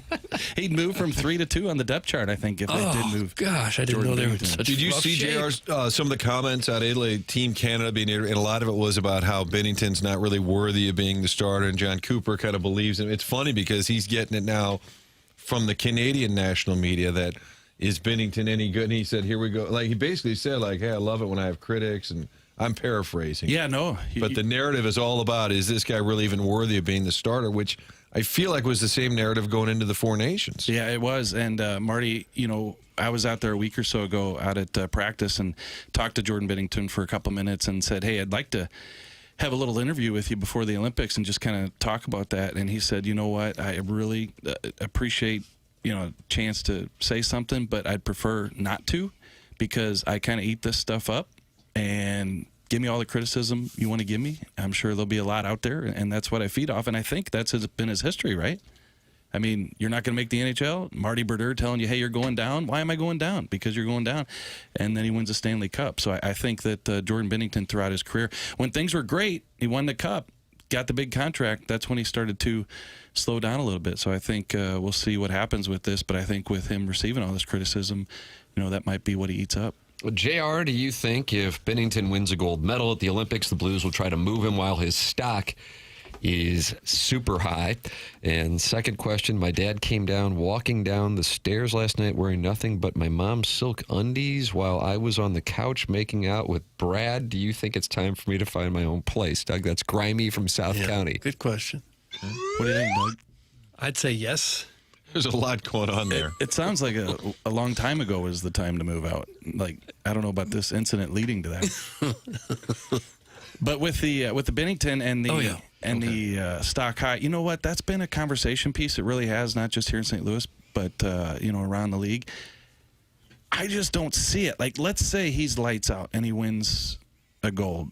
Does that mean there's going to be 5 teams beating down the Blues' door? And if so, if they are they offering 2 first-round picks? I just don't see it. Like, I think if there's a team out there who wants Jordan Binnington and he plays great at the Olympics, it should, okay, yeah, I think we're making the right decision here to go get him. But, whether if he's lousy, he's not going to be an attractive goaltender for teams down the stretch before the deadline. But I just think that even if he plays great, people have seen him play the past couple of years, especially this year, and that's going to lead to the decision, not necessarily a gold medal at the Olympics. He's playing in, behind Team Canada. Could be a contender, has somebody get hurt, though, and be in a desperate spot and say, yeah, this guy can fill the gap here for a while. For sure. But I looked it up the other day. 16 teams make the playoffs. 10 of them right now are within $2 million of the salary cap. So who's going to add a $6 million goalie? Granted, prorated, you get closer to deadline. But who's going to have that salary space available to add a Jordan Binnington and roll the dice and base their decision on, well, he won gold with Team Canada? They'd have to subtract a player, right? Right. JR, over-under, 3 St. Louis Blues traded at the deadline. I would say that's a good number. Because you're going to have pieces, like a Sundquist type. There's going to be a lot of pieces moved.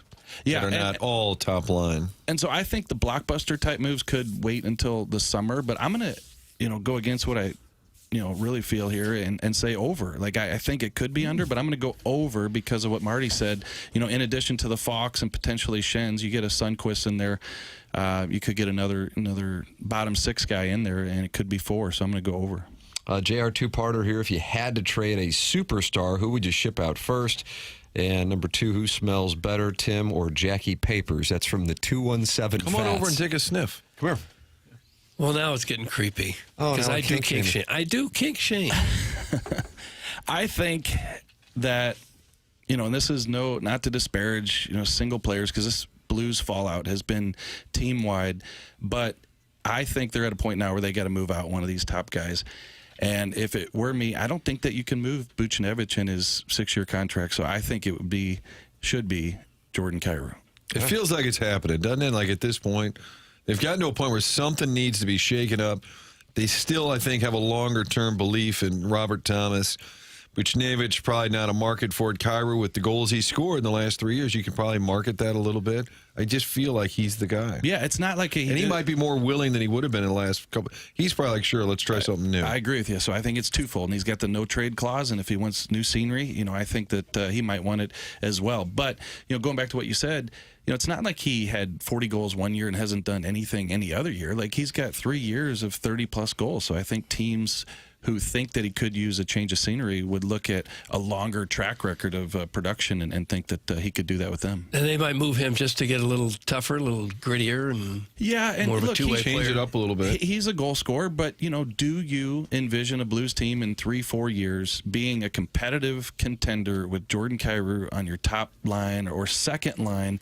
And not to say that he needs to be physical and be that type of scrappy player, but if you're not a playoff-type player, you've got to be scoring the goals. And can he be that? I don't know. And who smells better? Yeah, what do you think? I'll be honest. What are the options there? Tim or Jackson? Come here, take a sniff. Come here. I get Tim as a Drakkar guy. I got Jackie Papers. What's the new cologne? There's got to be some High new Karate. stuff. He's probably still an Axe guy. Yeah. Are you an Axe guy, Jax? No, but I use that gel deodorant as opposed to like the drier stuff, and I feel like that gives me more protection against my own stench.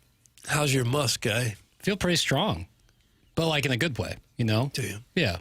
pheromones and all. Is Chairman an option? Because I always sit next to him here, and I can catch a whiff of something now. I feel like Chairman might wear cologne in the morning. Every day. Yeah, when I walk in, when you're out on the market, I guess that's kind of what you got to do. I was going to say that. Go ahead, Mark. Yeah, he smells good. When I walk in at about 6:50, I get a good whiff of the Chairman. Yeah, and it's usually cologne. But if you're going to be at the QT parking lot at 3 a.m., you better spray a little. If you're putting on a shirt. Tim, do you think there's a connection? Because I've been married 22 years. Can't remember the last time I sprayed some cologne on. Do you think there's a connection between married and you're not putting it on? 100%. Absolutely. Or if you're on the market. If you've been married for a long time, you're not out there trying to chase ass. Otherwise, you're going to be dividing by two, and Doug, dividing by two ain't the move. No. Okay, so can we ask the text line if there's married guys out there, let's say 10 plus years, and you're still spraying every morning? It's a great question. Jeremy Rutherford's question for you. He's turning the tables here in this Mark Hanna Evergreen Wealth Strategies. If you have been married for 10 years or more, do you still put on some kind of cologne? Now, I would say in my case, when my wife and I were dating, she pointed out that I oversprayed quite a bit. So I think it's caused me to kind of drop it because I used to maybe abuse the spray. You definitely overdo it. I feel like... Is it embarrassing, though? Sorry. I feel like most younger people don't do it as much as they once did. Is that accurate? Look at that. Jackson Stinkbug, Doug, on the YouTube chat, the Michelob Ultra YouTube. Youngs don't wear cologne. Is that right? Really? I don't smell a lot of people with cologne on anymore. I never wear it. What about Sweet Kai? I mean, I think you get it as a gift once a year, and you kind of use it on special occasions. Yeah. But I know a little goes a long way. You pour a little on the wrist, tap it, put it on your jet. I've done it, but it's not a popular thing that I would say I do. All I know is in the late 90s, early 2000s, those guys at Stages overused the Stages. Yeah. Now, where was Is that? it embarrassing, though, when the hot girls, massaging your scalp and, you have all the dandruff everywhere? Oh, that's for next week with Charlie Marlowe. It was Stages was the hot spot. Rick Idle used to broadcast from there. Oh, sure, absolutely. Yeah. Was that on the east side? That was, I think it was where the racetrack is now. And I was writing for the UMSL paper, The Current, and I did a story on Rick Idle, and I felt like, oh my gosh, I'm buddy with the DJ. And so the next week I walk into Stages and kind of do my George Jefferson strut in there like I know. And Rick Idle is on the microphone, he's on the air, and he looks at me and he goes, all right, get out here, everybody. And he looks at me and points at me and he goes, Jeff is here. Oh. Okay, I'm not buddies with the DJ. And Rick Idle is Todd Newton? Yeah. Who became a big game show host in Vegas or something. He was on TV, network TV for a while, wasn't he? Yeah, he hit it big. So I was Jeff. I've been married for 19 years. I still spice up the aroma for Doug. That's from Doug's prison. I don't smell it. I got a lousy beak. I don't smell much. I hardly ever smell anybody with a bunch of cologne on anymore. Let's see. Buzz says, marriage really takes it out of you. I barely shower now. Barely shower? Marriage takes it out. Chairman Steve says, no. I barely want to wake up each morning. This is a really depressing lot. These gals are so high maintenance. Why would I want another one? That's from Chairman Steve, so it doesn't sound like he is putting it on. See, so Chairman, why do you want this? I don't. Yeah, he's made it clear he is not looking for a wife. I wear cologne, but only when I go on dates with neckbeards who like slot cars. That's from Philip Seymour Doffman. Wouldn't the cologne get caught up in the neck hair? What do you mean? Well, that's usually where you spray it, right on the neck. Right. You spray it on the neck, and if you got a bunch of beard hair there, it's going to get really nasty. Yeah, but listen, if you have a neck beard so thick that the cologne would get stuck in it, I think that would be the least of your concerns. Oh. I think the fact that you have a little afro growing out of your bottom of your chin is probably the worst situation. Of course, Gen Z losers don't wear cologne. That's from Eric in Central West End. I could have said I wear cologne, and you'd be like, of course this loser wears cologne. I wear it sometimes. It's very special occasions, a date, dinner, banquets. Dotem. You think women like it or no? A little goes a long way. You don't want to overdo it because then it is all that anyone can smell. Just a little bit, one on the wrist. Make them earn the smell. I don't know. All right, this segment is Earn the Smell. At this point, I'm Guys, just married yammering. 20 years, and I'm still wearing cologne. It also helps with the swinging game. That's from the Swing Haven board member who sent in a picture of his wife. I think she's wearing a top, but she's dressed up as an angel, Doug. Okay. Yeah, thoughts on that? Yeah, Doug, like just thrown in his trash. I don't see it. Swing Haven board, there's a lot of text coming in. Okay. You have to do some. We got a lag, Tim. We got a lag. Yeah, there is a little lag coming in. It's very attractive to smell good, gentlemen. I like to wear a nice crisp scent in the morning and a more complex scent in the evenings. That's from Little Jackie's Rolling Papers. What's more complex about it? It's just a different smell. Get out of here with your complexities. In the end, you want to smell good. See? Well, that's Chuck's true. all over it. Guys, I've had 8 husbands, and I have actually 8 times my net worth, not divided by 2. None of my husbands wore cologne, just a strap-on. Oh. That's from the self-made stay-at-home Laduma. So she is... That's a guy. Yeah, she is 8x her net worth. Let's see. Jackson only wears cologne when he's about to rub his mom's feet. That's Mahomes' long body. I could try. I still spray cologne in case I run into Tim. That's from Lady Sonia's teacup. Good idea. Good idea. You never know who you're going to run into. Did you just say banquets? How many banquets do you go to, boy? That's from the X in Espresso. I can't explain sarcasm to people. I refuse. JR, look what you've done. The 2-part questions, they were wonderful, and now it's nothing but cologne questions. Well, I think and we can answers. trade Bennington. Yeah, okay. Got that established. Does he wear cologne? I thought you were talking about banquet dinners there for a minute. I perked up there. Everything gets back to food with you, doesn't it? I feel like in a hockey locker room, something like a cologne or Axe body spray or something would be important. As bad as it smells in a hockey locker. I have sat next to, I'm not going to name the area. You were in a hockey room? No, but I've been on a plane with a hockey team. I was flying out to Arizona. Hockey team was also going with us. Not an NHL team. And the guy next to us was quite ripe. Is what I'll say. Hockey equipment reeks. So he did his shower after Roman his Turek's workout? cage. He not only smelled poor, but he also fell asleep and started drooling all over himself. Oh. Yeah. No, yeah, hockey equipment is right. It was Hobby Boolin? Long hair. I wouldn't think hockey players, NHL guys, would be spraying cologne on themselves. They'd probably catch all kinds of grief if they did that. You know, I'm sure the thing is they changed the arrangement of the rooms, and Marty knows this. Years ago, we used to go into the locker room where they took their gear off, and you could even go into the next room where they put their street clothes on, their suit on, whatever. Yeah, you'd catch some cologne now and then. That's where the cat was accused of ween peeking by Doug Waite? Sure he was. Yeah. He was birdie watching there. The cat. Birdie watching. I like that.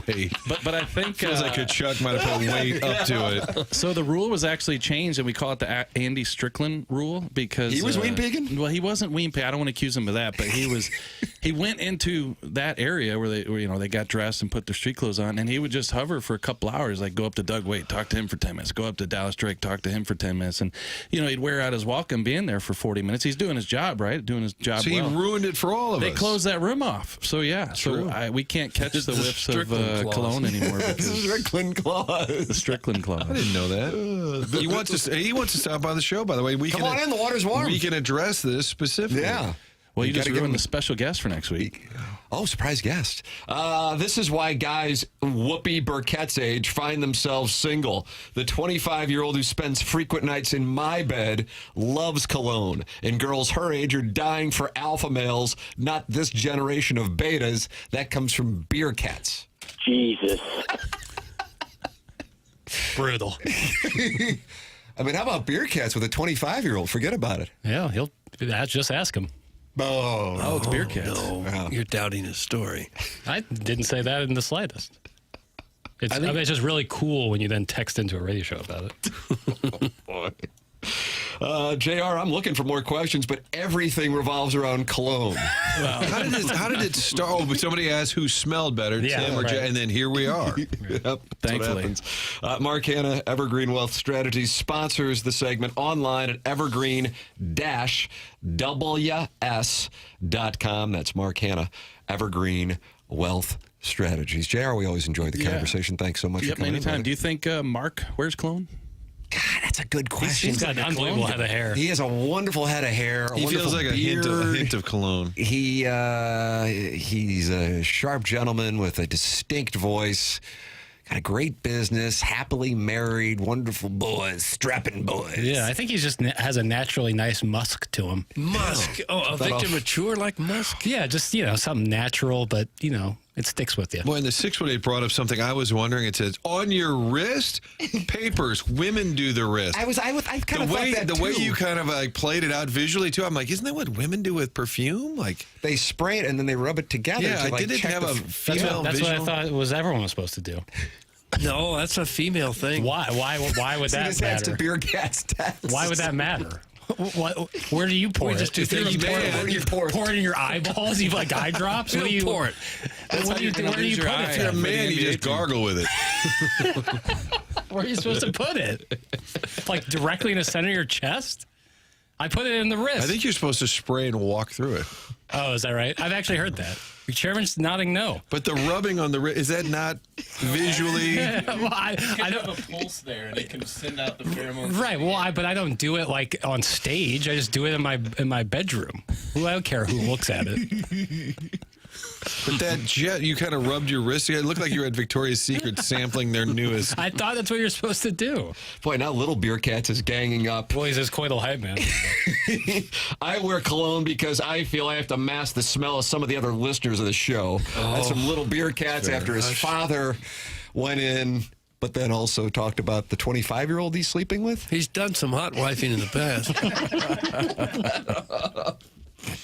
JR, wonderful segment. Mark Hanna getting proper return on investment here, I think. Thank you, JR. Thank you, Mark. All right, thank you, There he is. JR. That's Jeremy Rutherford. And you can hear him throughout the week here on 101 ESPN and every Wednesday on TMA, presented to you by Mark Hanna of Evergreen Wealth Strategies. No matter the generation, no woman wants a mama's boy. Just saying. The wrists are a pulse point. That's why perfume goes there. It'd be fine for a dude. Sharon and Clayton. Nice. Okay. All right. Seems like a victory for me. I think women probably like a little bit of cologne. Right. But not a lot. That's a little goes a long lot way. is really bad. Yeah, I agree. A little is probably perfect. Aren't the Beer Cats from like Alton or something? Shut up. That's from the self-made stay-at-home Ladue mom who doesn't want people from Alton's voices to be heard. Oakville, I thought. You can't speak if you're from certain municipalities. Aren't the Beer Cat, like the family Beer Cats? family They're Beer from Cats. Alton. How dumb is this show? That's from Will Clark's post-game bevy. Very. Yeah. Yeah. Frank Opinion would come on every. We're just a dumb show. So we don't know anything. Is that right, Dan? We're just the dumb show. This is kind of an economy question. Are you stocking up on bananas? There it is again. Did you have like the commerce secretary on the show for some reason? No, I think he asked that to Tim. It was during the supply crunch there where we couldn't get anything. Oh, is that what it was? I think it was. Yeah. And he was concerned that you weren't getting enough bananas. Well, you to- probably- Stock up on one of the most perishable items I you was can just have. going to point out. If on YouTube, you can see my banana day. Doug, maybe canned goods would be it's an like item. stocking up on milk. I think Joey Vitale would say this is getting a little too Beat up. Yeah. See, I don't mind this. If you're watching on YouTube, you can see what I'm making. I've seen you eat much more spotted bananas than that. Absolutely. Tim's Spotted Banana. Tim Is Spotted that Banana, taken? who wants that text name. You can talk it over in the Michelob Ultra YouTube chat. A deep voice dude wants to know what kind of cologne Jackson wears. It was like a Nautica. It was a gift. No. Yeah. All cologne seems to be a gift. Yeah, cologne's expensive. It is. You get it for a birthday or Christmas or something. That's You go, exactly great. right. And then it sits there with the bottle mostly full for years. I got it like 1 year for the major winter holiday, and You can say Christmas. Yeah, but I got it for Hanukkah. But just avoiding anti-Semitism. You thought that would be hurled at you? It will be. It will be. It will But I got it once, and I've had it for years. Yeah. Nautica. It was like a Nautica. It came in a cool bottle. I guess it lasts forever. I mean, well, once you get to the end, then you just take out the little applicator, where like with the straw at the bottom, and you just pour that all over yourself. Bill. Oh my goodness. Bill.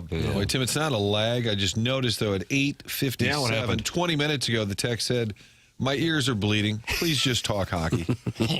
We tried. 100, yeah, JR was the one who wanted to talk cologne. 100 West Dental, when you look in the mirror and smile, what do you see? Jagged yellow teeth, grinding your teeth from stress, coffee habit caught up to you. It's not just about vanity and looks, it's about looking and feeling your best with a healthy smile. Dr. Brandon Pryor, 100 West Dental's my guy. He's on Manchester in Baldwin and online at 100westdental.com. They do more than your typical dentist. They don't just clean teeth. 100 West Dental rebuilds smiles and confidence. If you have worn teeth, chipped edges, gaps, Dr. Pryor will handle it for you. I have been going in there here over the last few months, and man, does he save the day. Right now, they are offering complimentary consultations. If you are tired of the jagged look, go to 100westdental.com and book an in-person consult online or submit a virtual consultation request right from your phone. It's 100westdental.com. Stop smiling with your mouth closed in photos. Go see Dr. Pryor. You can always podcast the program on the Schaefer Door Company podcast. That's Jason Gassro's business. Schaefer Door. Subscribe to the TMA podcast. Subscribe to the TMA YouTube channel. The program is called TMA, and it is on 101 ESPN and the TMA STL YouTube channel. Got a big event coming up this Friday morning. Help heat up St. Louis during the 26th annual Hardee's Rise and Shine fundraiser. Stop by any participating Hardee's in the bi-state area this Friday morning and grab a sausage biscuit or egg biscuit for just $1. 100% of the proceeds of all funds collected will help heat up St. Louis, supporting people in need in both Missouri and Illinois. That's this Friday morning at any participating Hardee's. Find more information at 101ESPN.com. Send your emails in for the Design, Air, Heating, and Cooling email today, coming up at 9:45 on the polosplus.com dossier, the morning after at InsideSTL.com. This is TMA, presented to you by Brown & Crouppen on 101 ESPN from the Stiefel Studios.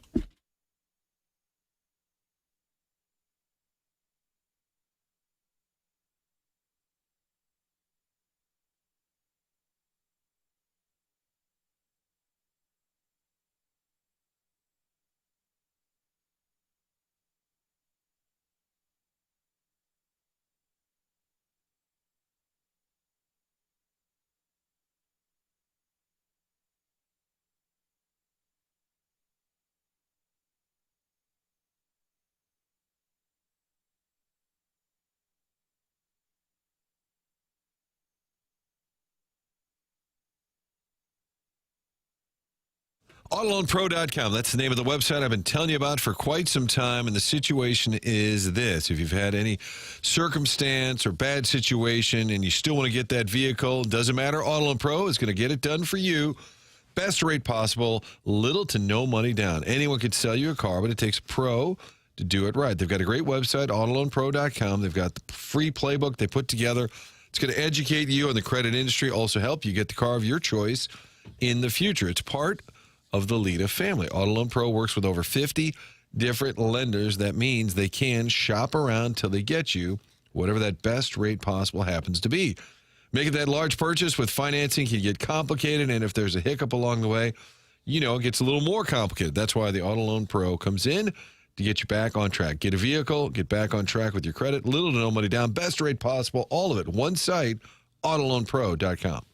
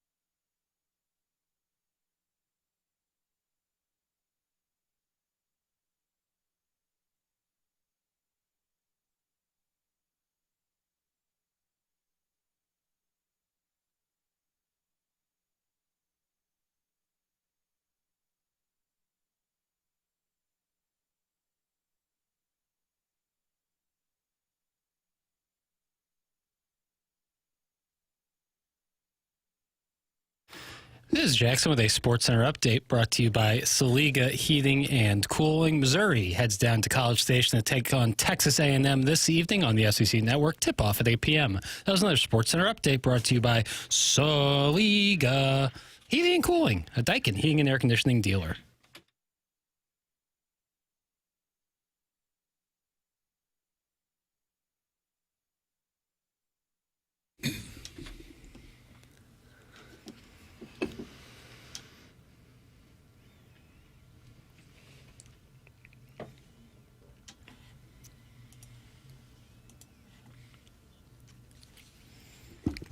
More Ween for you. But you said you don't like him. I personally do not know. Some songs I like. This seems like a legitimate song. It's called Chocolate Town. Oh, is it? I think he's talking about using the bathroom. Oh, no. He says, the waste I make. I don't know. So you really had to dig deep. Yeah, he did. Did you know Semisonic's closing time is actually about birth? Really? What do you think about that? Interesting. That's one of my songs I really hate. Yes. Mount Rushmore songs you really hate. No, that's right. Yeah, we what is the Mount built Rushmore? this city is on there. That's considered the worst song of the 1980s by Rolling Stone. Boy, the Or Skippers. maybe the worst song ever. I think it might be. The Skippers event last year, remember he had it down at Stiefel Hill, the former Cardinals back. That's what they played as soon as the event ended. They fired up, we built this city. Oh, that's bad. It can't be the worst song if you know what it is. The worst song would have never been played, and you would have never popular heard it. note, I hate Bang a Gong. I think that's stupid. Doug Bang a Gong. Benny and the Jets by Elton John, horrible. I kind of like that. So much of what he does is just fantastic, but I just thought that was horrible. Send in the worst song ever. 314-399-9646. Let's see. Martin, you're going with We Built This City or Semisonic's closing time? I hated it. it. Is about birth. And I think Junior, J.R.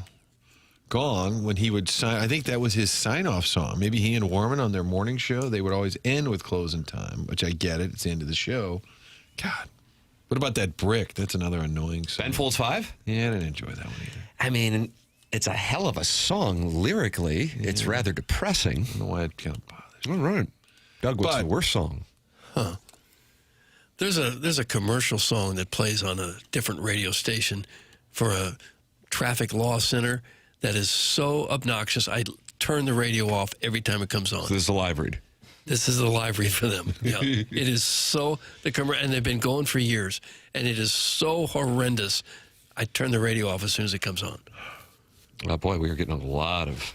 we didn't mean to do this. It just sort of happened. Because Jackson hates Ween. Amen. I hate Closing Time. I also hate Breakfast at Tiffany's by Deep Blue Something. That is from good. 617. This person's probably right in my age range. What Does the Fox Say is the worst song of all time. That is from the 618. Three Dog Night, Joy to the World. Effing awful. That's from Irish Peaches. It's kind of rough. Rock the Casbah, Doug. That Clash. That gets a vote from Gert B. I disagree with that. That's a great song. Yeah, I like that song. Rollin' on a River from Pele Blanco. The worst song is that crap that leads into the Colonel. Wow, blasphemous from Elman Robb. He taking shots. Wow. 2008 to 2011, Crunk Core is the worst. That is from the Amateur Proctologist. Anything by the Red Hot Chili Peppers is awful. I don't agree with that. Benny and the Jets is so much better than that Saltine Mills Brothers crap, Doug. That's from Ray King. Wrong. Saltine Mills Brothers. No, the Mills Brothers, fantastic music. Guys, the worst song is Pumped Up Kicks. Doug, that's by Foster the People. Bad take. Used to be Foster and the People. But it was catchy.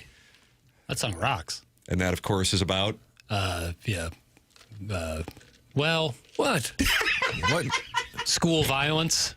Oh. To put it lightly. It is. Yeah. And so it's got these catchy beats and melody, but yet it's about school shootings. Yeah, it's about school shootings. And a guy coming in... Yeah. Well, I mean, the lyrics are pretty explicit about it. Yeah. Better run, faster than my gun. Tough. Oof. Doug, was that the Natalie Merchant song, Candy Everybody Wants, was actually a song damning culture in the mid-1990s, but if you listen to it, it's all poppy and happy. Yeah, I mean, that's you like... got to be cognizant of the lyrics to Born know in the it. USA, same way. Yeah, kind of like Brick by Ben Folds 5, although that does have a depressing tone to it. But the winner is Semisonic's Closing Time for worst song. I like that song. So We you Built wanna the fight City is a Martin? good take. I don't like that song either. Okay. I think that's universally disliked. The Closing Time, I don't just, to me, even the lyrics, like, time to go home, we've all been here a long time, just seems so simple. That AI crap that Jackson shoves down our throats is the worst. That's from Big Tough. No, that's some of the better songs we've ever heard. The theme to Dawson's Creek's the worst. That's from Mr. 63011. He has a fast golf cart out at Meadowbrook. And that, of course, is Paula Cole's I Don't Want to Wait. Oh, I like that song. But you were called Dawson's Creek by Little Judy Suckins. Yes, I've never seen the show, but I do like that song. Sweet Caroline is Spit. That's from the Stay at Home Trailer Park Dad, Doug. I think there's some songs that are good that get overplayed, and that's why people think certain ways about them. Sweet Caroline probably falls in Tainted that. Love falls in that category for me. But it have to be a pretty And good it's 40 song years for them old. to get overplayed. That means lots of people love it. Yeah, right. I get what you're saying there. Well, and these are not worst songs in my songs that I dislike the most. Right. Music is so Some people like subjective. some things, and some people don't like other things. Right. Mr. Brightside's one of the worst songs, and I said what I said. That's Sharon, and she's over in Sanibel and inviting Harrison's brother Master down for their conference. I also love that song. That's one of the things that made me realize just how old I am. I was at a stadium, I guess Mizzou, and the entire stadium is singing the song. Yeah. And I didn't ever remember having heard the song. 2003, 2004? Everyone was singing. Everyone knew all the lyrics. About cuckolding. Is it really? That's the theory, because Eric Roberts is cucking Brandon Flowers. Pretty hard. I mean, in theory. Like it's a hard cuck? Oh, yeah. Well, yeah. He's talking about, like, watching his love interest kiss another man. But, I mean, it's, like, hard to be like, what is he saying here? It's like, damn, And so getting that's the Missouri theme song? Yeah, play it. Kind of weird. Well, They play it to there's mock a bridge. KU. Yes, there's a bridge, and the rhythm kind of matches four-letter word. Doug? The F word. Oh, No. And then followed by KU. Really stick it to that. That'll show you, rock jock. Yeah. Listen to us sing aloud. That's right. Anything bro country's the worst. That's from the 6-1 Hate. Anything Taylor Swift makes me lose brain cells. That's from Mongo. Music has gotten exponentially worse every year since 1997. That's from the 618. Wow, that was the line. That was the year. Yeah. People tend to Everything- love the music that was playing when they were teenagers, early 20s, coming of age, going to bars, going to parties all the time. That tends to be the type of music that you like. I said what I said. If we're talking theme songs, the Entourage intro gets muted every time. Yeah. It's from Mr. Mudjack Mike. I agree. Mr. Brightside's for Basic Bros. That's from Jackson's Boy Body. We're getting music snob coming in. Oh, is that right? No, yeah. Yeah, if you don't like what I like, you're an idiot. Yeah. You can pick apart any song if you wanted to. And then, like, saying which songs you don't like, people are immediately, you're an idiot, that song's great. And it's like, well, okay, we can have different tastes. Like, if you don't like My Girl Bill, you don't know music. Yeah. I think that's You just don't. That's a unifying. universal take. Let's see what we got. We got an active Michelob Ultra YouTube chat. The friends have gathered. Jackson Stinkbub says, "Why do you hate Chumbawamba, bro?" Doug, is that tub thumping? Yeah, I like that. Tub thumping? That was a big hit. I like that one. Guys, my name is Luke. Always kind of annoyed me. That's from the Walrus King. That's Suzanne Vega. She lived upstairs. She did. Yeah, Luca did. They're dealing with some adversity up there. The one I don't like, that I don't think this is gonna go poorly for me, I think. Oh, even better. Even all right. I really don't like Come On Eileen. I don't like that song at all. Sounds nasty. Well, yeah, if you use it that way. Wow. Yeah, now I got to explain that to my kids. That's the name of the song. Dexy's Midnight No, Runners. it's Vaughn who took it to another right. level. Thank you, Jeez. Martin. Yes, Love Vaughn. I never It's like that catchy. song. I get why it's popular. I just never liked it. To run. Yeah, not for me. Okay. Those are some good mix, though, weren't they? Guy running around in overalls. Yeah, I'm looking at the video right now, and it is gentlemen in overalls. Dexy's Midnight Runner. They do look like extras from a little backwoods movie. Anything by REM is bad. That's from Merp, the Barbarian. Disagree with that.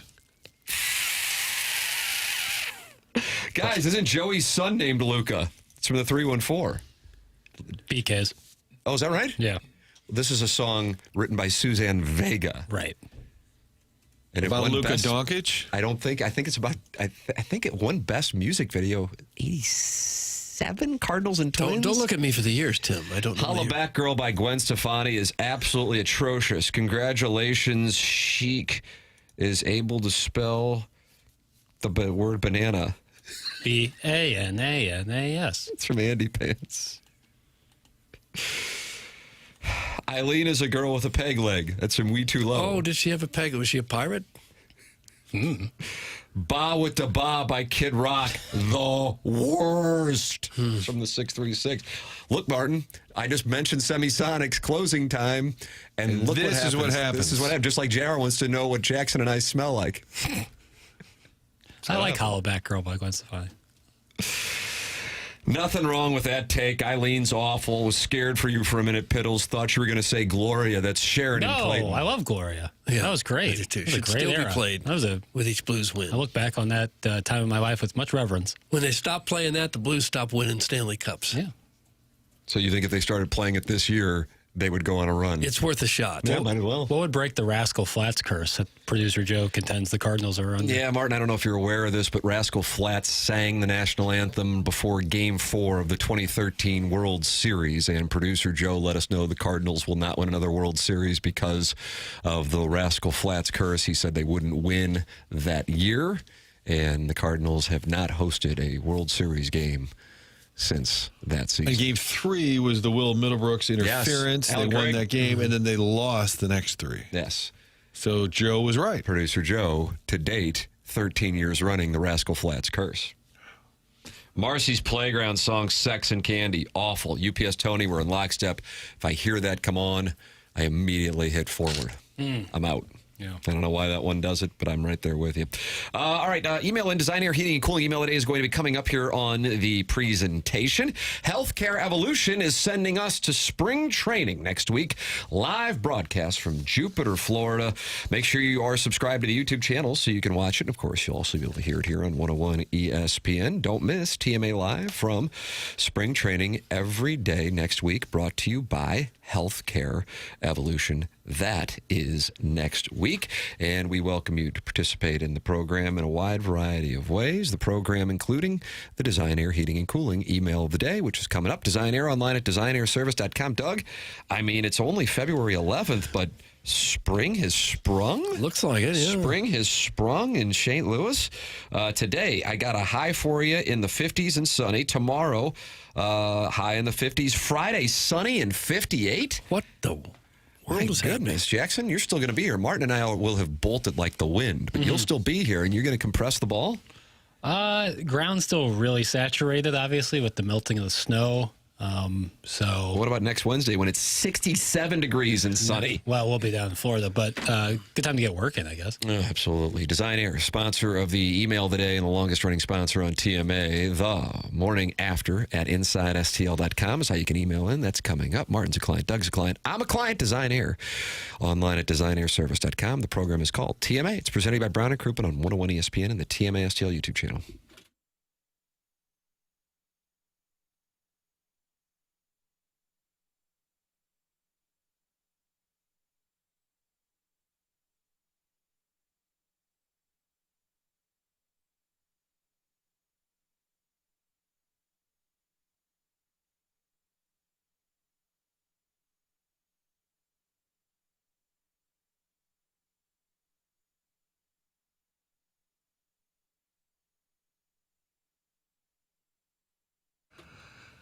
Flying out of town, but it's convenient and it's affordable. We're talking about Mid-America St. Louis Airport. FlyMidAmerica.com is the website where you can check out all these great destinations going down to Florida, Orlando, Lauderdale, Destin. They added Gulf Shores last year. They go to Las Vegas. So many great destinations, warm weather spots.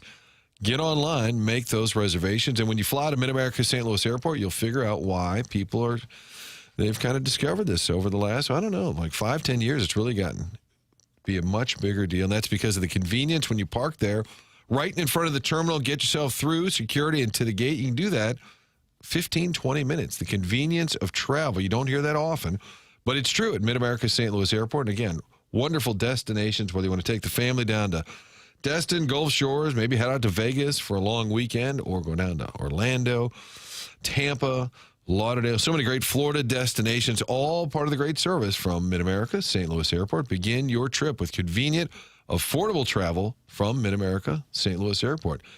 And do your spring break plans include Florida or Vegas? Well, book right now at flymidamerica.com.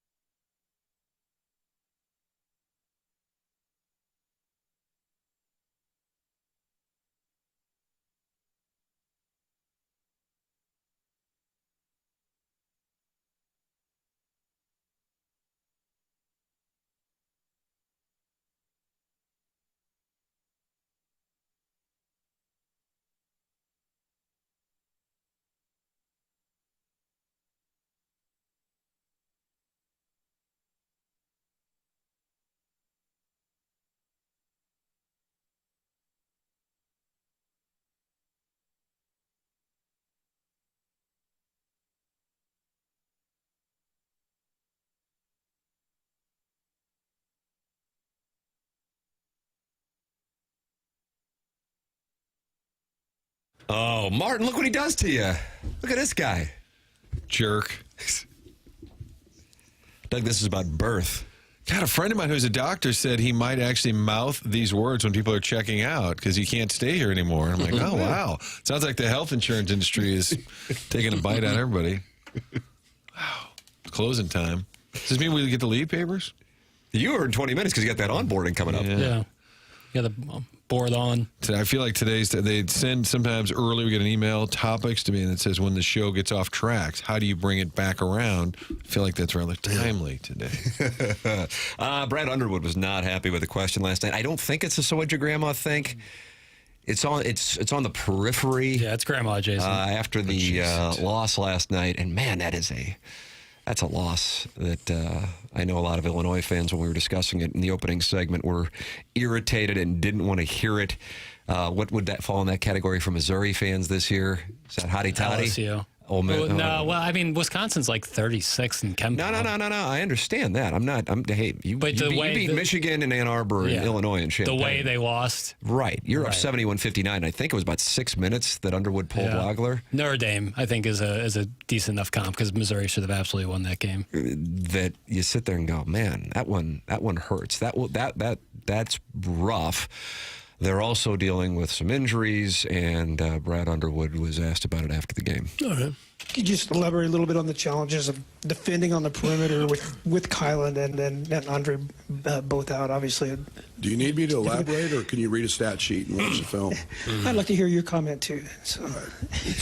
Like I said, we had guys playing out of position and doing things that we don't normally do. I thought we had some good moments.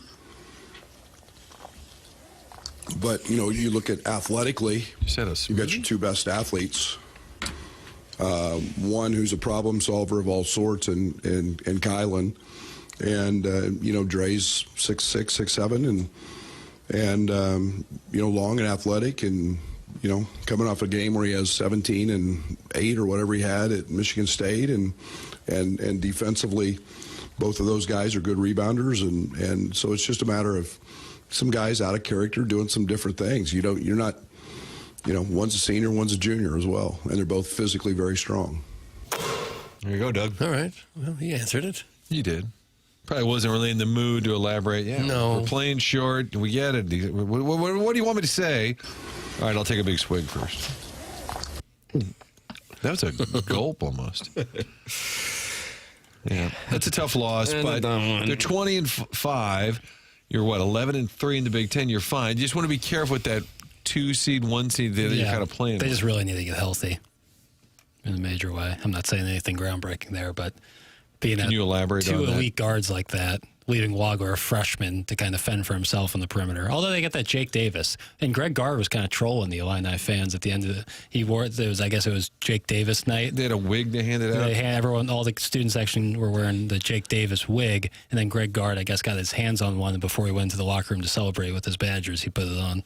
Doesn't Davis look like he's about 35 years old? He's kind of got that Wayne Grove. Yeah, he very much looks like I had to get it on, man. Your updated NCAA net rankings after last night. A lot of ranked teams losing last night. Illinois is number 5. They moved down from 4. Houston is now number 4. Iowa State also lost last night. And so now they drop down to 7. All of this relevant as far as locally, if you're going to be going to the first and second rounds of the NCAA tournament here in St. Louis at the Enterprise Center. I would imagine Illinois, Iowa State, Purdue, who got that overtime win after blowing the big lead last night in Lincoln. They are now up to 9. Nebraska now has lost, 3 of 4. And they are down to number 12. Billikens, rah, rah, rah. Billikens, shish, boom, bah. What a great trip, by the way. Friday, Chicago. They're flying low. They'll just go up and beat the tar out of those Ramblers, and you be in Chicago. Ooh. How do you do? Number 16, and you're fighting Missouri Tigers, number 61 in the NCAA net rankings. They, tonight, Doug, 8 o'clock start. Martin, the game will not be available at 8 o'clock on ESPN or ESPN2. No, certainly not. Probably 8:14. Yeah, they got Alabama Ole Miss beforehand. Oh, it always times out perfectly. Bama should beat that ass, but we'll see. A&M is number 42 in the NCAA net rankings. They were 7-1. They just but good losses, right? They lose Florida, Kentucky. They just couldn't shoot on Saturday against Florida kind of whooped their ass. Against the Gators. Jackson, you buying stock in the Gators? Or they're mounting a Sunday charge? I mean, they have a ton of talent. Their front court is unbelievable. And that kid from Princeton's starting to find it a little bit. So, yeah, I mean, they have championship pedigree. So, yeah, I think that they're a team to watch in the last month and a half of the season. The line on Missouri and A&M tonight. Missouri is getting 6.5. They are plus 260 on the money line. Sounds Moved down. It was 7.5 at the beginning of the show.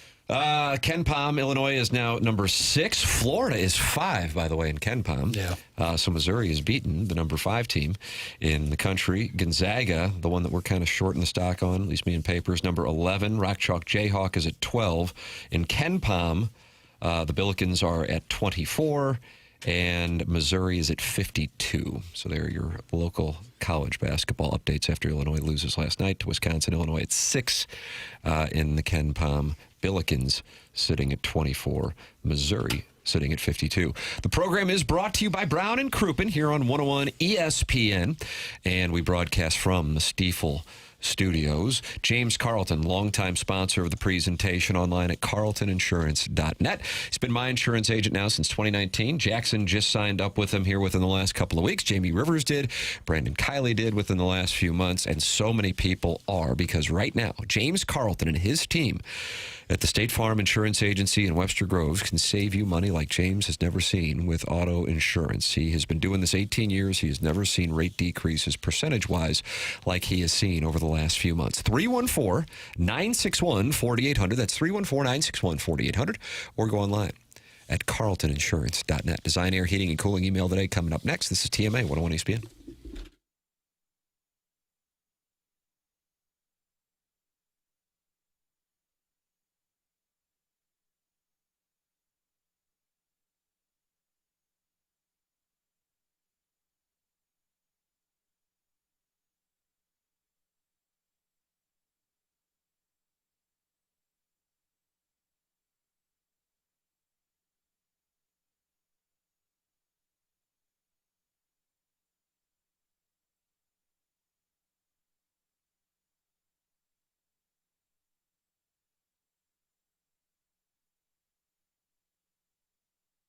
Valentine's Day is just 3 days away, and you might be sitting there going, oh boy, I got to come up with something I got to do so quickly. I got an idea for you. Let's take care of it. Let's knock this out real quickly. Let's go to a website. Let's take care of business. It's decor-jewelry.com. That's decor-jewelry.com. The store is located at Olive and 141. Been there. Have to say, you are so comfortable walking in there. It's a really incredible store. We've got a wide variety of different options and a super friendly staff, and they have worked together for years. So if you are looking for a solution to that Valentine's Day question, I would recommend Decor Jewelry. At Decor, you'll find the most magnificent selections of diamond jewelry that St. Louis has ever seen. And if you are thinking about popping the question, Decor has an entire room filled with beautiful engagement rings. Decor will even help you custom design the perfect setting for your fiance and your budget. Visit Decor online at Decor Jewelry, Decor-Jewelry. That's Decor-Jewelry.com, or at Olive and 141. Decor, always unique, always affordable.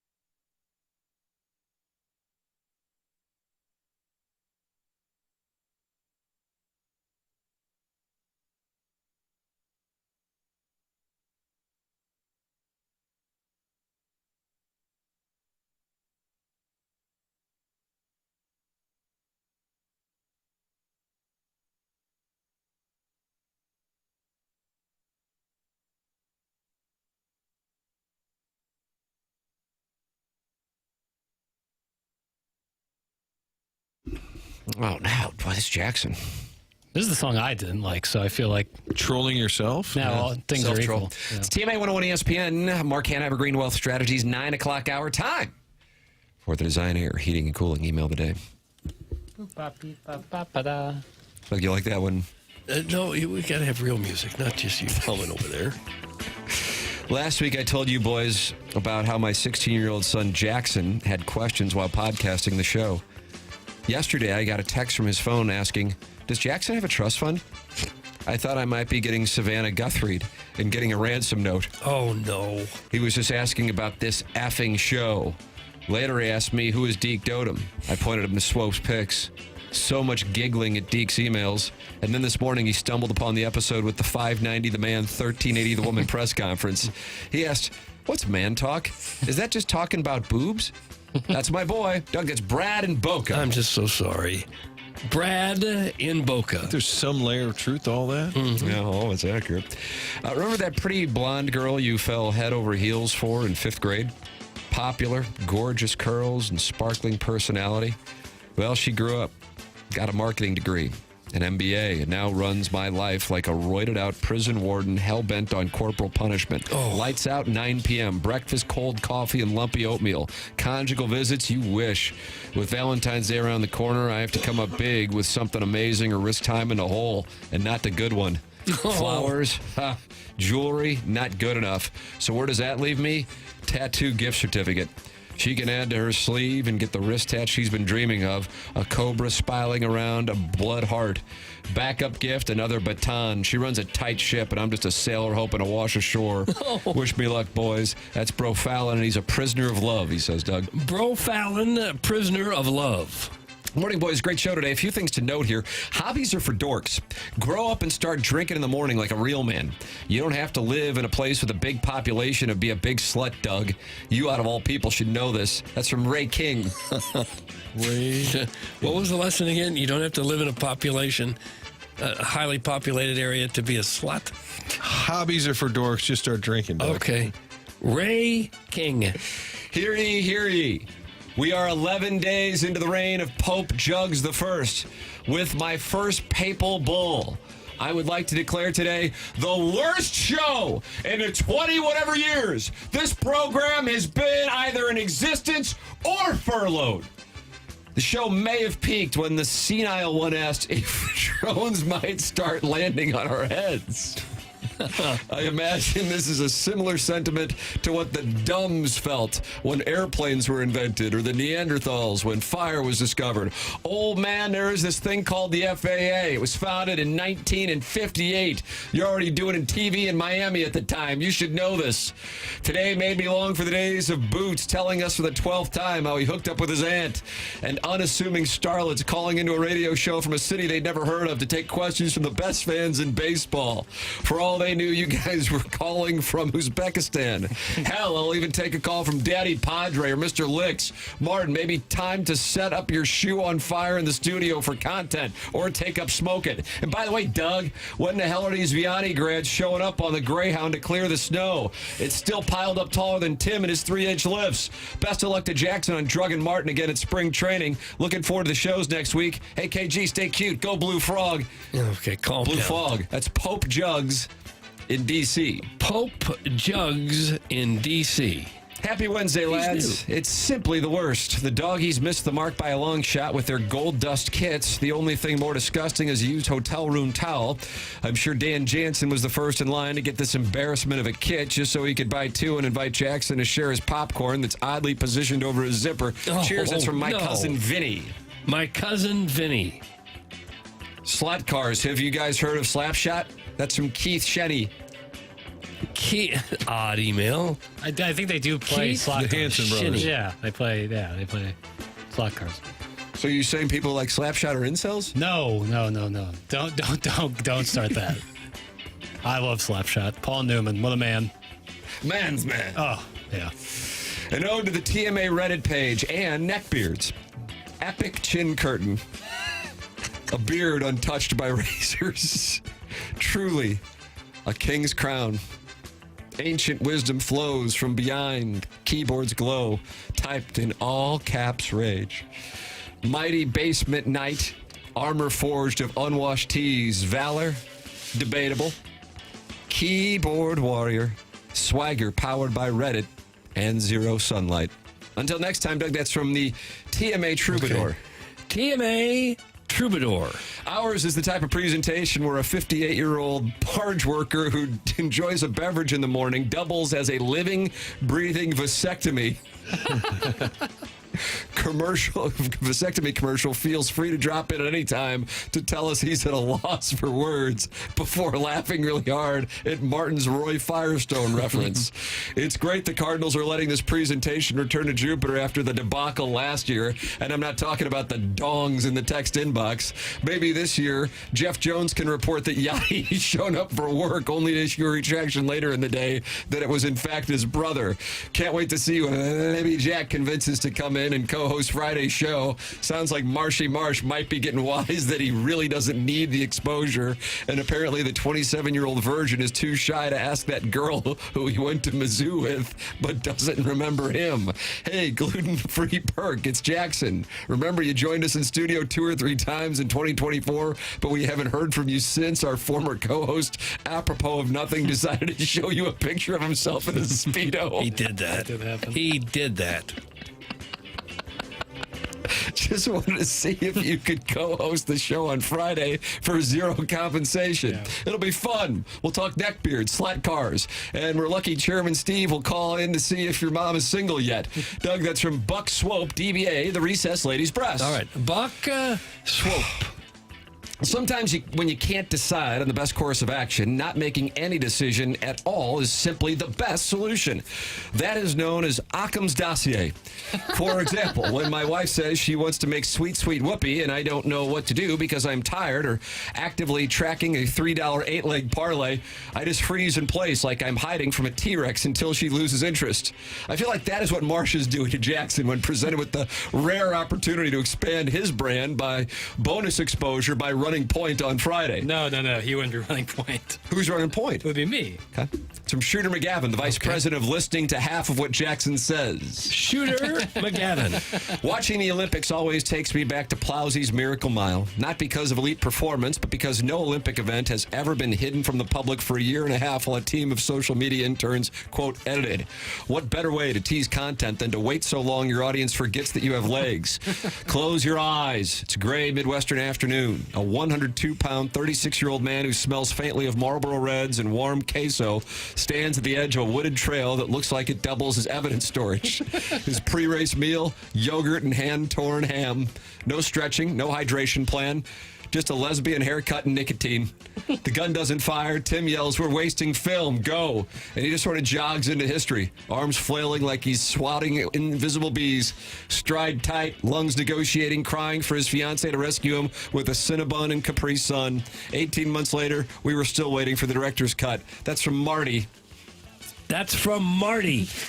And finally, did you boobs ever realize it's Vandy that has the other sponsored stadium? That's from Alan Dadeville, currently listening to a new podcast called Neckbeards and Foliage, the SEC's guide to that annual Amherst trip. And that's Alan Dadeville, and that's what we have. Al in Dadeville. For the Design, Air, Heating, and Cooling email of the day, we will vote via secret ballot and announce the winner coming up right before BK and Ferrario take over at 11 o'clock. Martin is headed to onboarding. We are headed into the Design, Air, Heating, and Cooling 10 o'clock hour. The program is called TMA, and it's presented to you by Brown and Crouppen on 101 ESPN.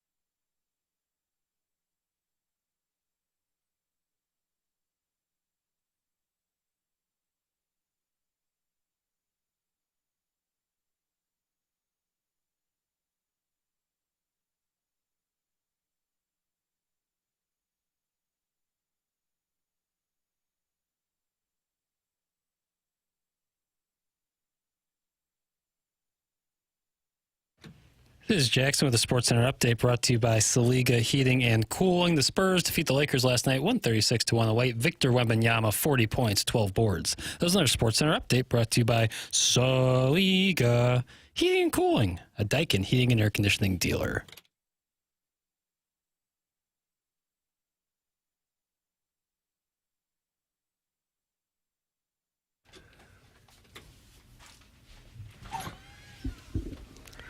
Tell me this isn't the Jam. I dare you. Okay, I won't. Thank you. It's TMA 101 ESPN Night Shift. Commodores. It's the Daily Fantasy Showdown music, if memory serves. Yeah, but I think it's good for a multitude of purposes. I'm just going to keep it rolling, too. Oh, Are you throughout really? the segment? Just a little bit. All right. I mean, we have guests in. I think it's kind of rude to have music playing under them. Just to give some... Personally. Yeah. Well. Doug, if you look on your right... You're going to see Jake Pressler and Blake Randalls of Healthcare Evolution here in studio. The great to have you guys. 7 o'clock hour sponsors and the sponsor of spring training, as TMA is in spring training next week for year 20. And gentlemen, it's wonderful to see you. Now, Jackson, Doug, and myself have all seen you at Healthcare Evolution for a variety of different maladies. Blake here, Doug, is the one who, with his technology, discovered that my slap tear is... How would we characterize my slap tear now, Blake? Completely healed. Doug! Really? Doug! Well, nobody heals better than Tim. Bad news for Rory McIlroy. Yeah, I mean, the technology at Healthcare Evolution provided me that information. Then you went out there, and what did you guys do with Doug? We just kind of looked at his shoulder. We use diagnostic ultrasound to really pinpoint exactly what's going on. Like for Doug's shoulder, we looked at his rotator cuff just to see if there was anything going on. We're able to look at the tendons, the ligaments, the joint capsule, and all in all, wasn't too bad. Yeah, nothing too definitive. No. Yeah, but it loosened it up. Whatever you did, loosened up a little bit. Yeah, I feel much better. Yeah. And then our boy Jackie Papers. And what's the deal? You hadn't been wearing a hat all week, and then your boys come in, and now... I know. It was a bad timing on my part. Going against instruction, boys, huh? Bad timing on my part. This is a softer cap, though. This is a real, rat's nest on your head. Yeah, man. Well, that's kind of the issue. Hair is falling out of my head. It's looking healthy. It's looking healthy. There you go. Thank you, Jake. Yeah. Very sporting of you. But what did you do with our good friend Jackson Burkett here? So for Jackson, one of the things we offer is basically hair restoration. And so we actually trialed this on our other partner first. And over about a 4 to 6 month period, our partner Logan showed a significant improvement in his hairline. And so we do some roll-on treatments, basically that use some peptides and some, we'll call it stem cell type products to basically reactivate hair follicles. And we have seen proof in person with one of our partners. His hair looks pretty good. I've seen the pictures. I know Logan, and it hasn't helped his face. But gosh. Boy, I don't want to be in the boardroom. Yeah, that's a different doctor who have to do that. But Papers, you are. You went in there and you got the treatment a couple weeks ago. It's a full court press. We're doing a full court press on my scalp, and I went back in last week to get some of the shampoo and conditioner that you guys are working on to supplement the treatments, and I'm very excited to see how this turns out. Because the pictures that Logan showed me of his before and after are crazy. Yeah. Night and day difference. It really is unbelievable. The first time I was out hanging out with you and Logan, Jake, and then I met you, Blake, when we were at Healthcare Evolution. I'm like, what you guys have is incredible. I mean, truly incredible. So for our listeners who aren't familiar with it, this is a St. Louis-based business. You guys are right here in St. Louis. You didn't fly in from elsewhere today to be here. Let our audience members know, they've heard the name, sponsoring the 7 o'clock hour, now spring training next week, what the basis for the business is and how it can help them. So our name is healthcare-evolution.com.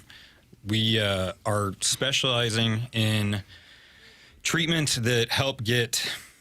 we'll say mostly middle-aged individuals that are suffering from injuries that are preventing them from playing golf, tennis, lifting weights, exercising, That's really our prime target. Who want to avoid surgery. You're a professional. You have kids. You don't have the time. You can't take 3 or 4 months off. You want to come in, get a treatment, get better, and get back on to your life. And so that's what we do. It's ultrasound guided. We do an evaluation. That's part of it. We bring you back in to see what your progress is like. And then the treatment, we have several tiers depending on what you want to try or whether you want to do a series. And we've seen impressive results.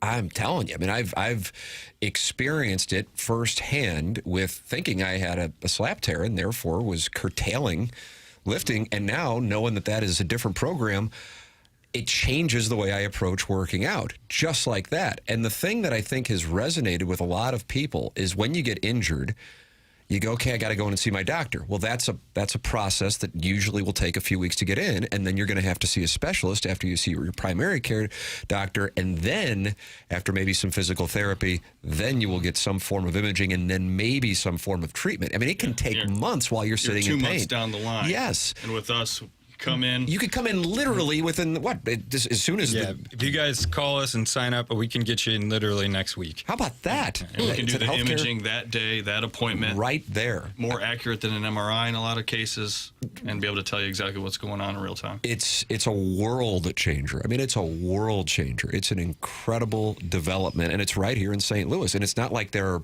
hundreds of places that do this. That's something that I want to drive home to our audience. Again, it's at healthcare-evolution.com. If you guys can figure out how to get hair growing again where there was once none, you're going to make $1 billion.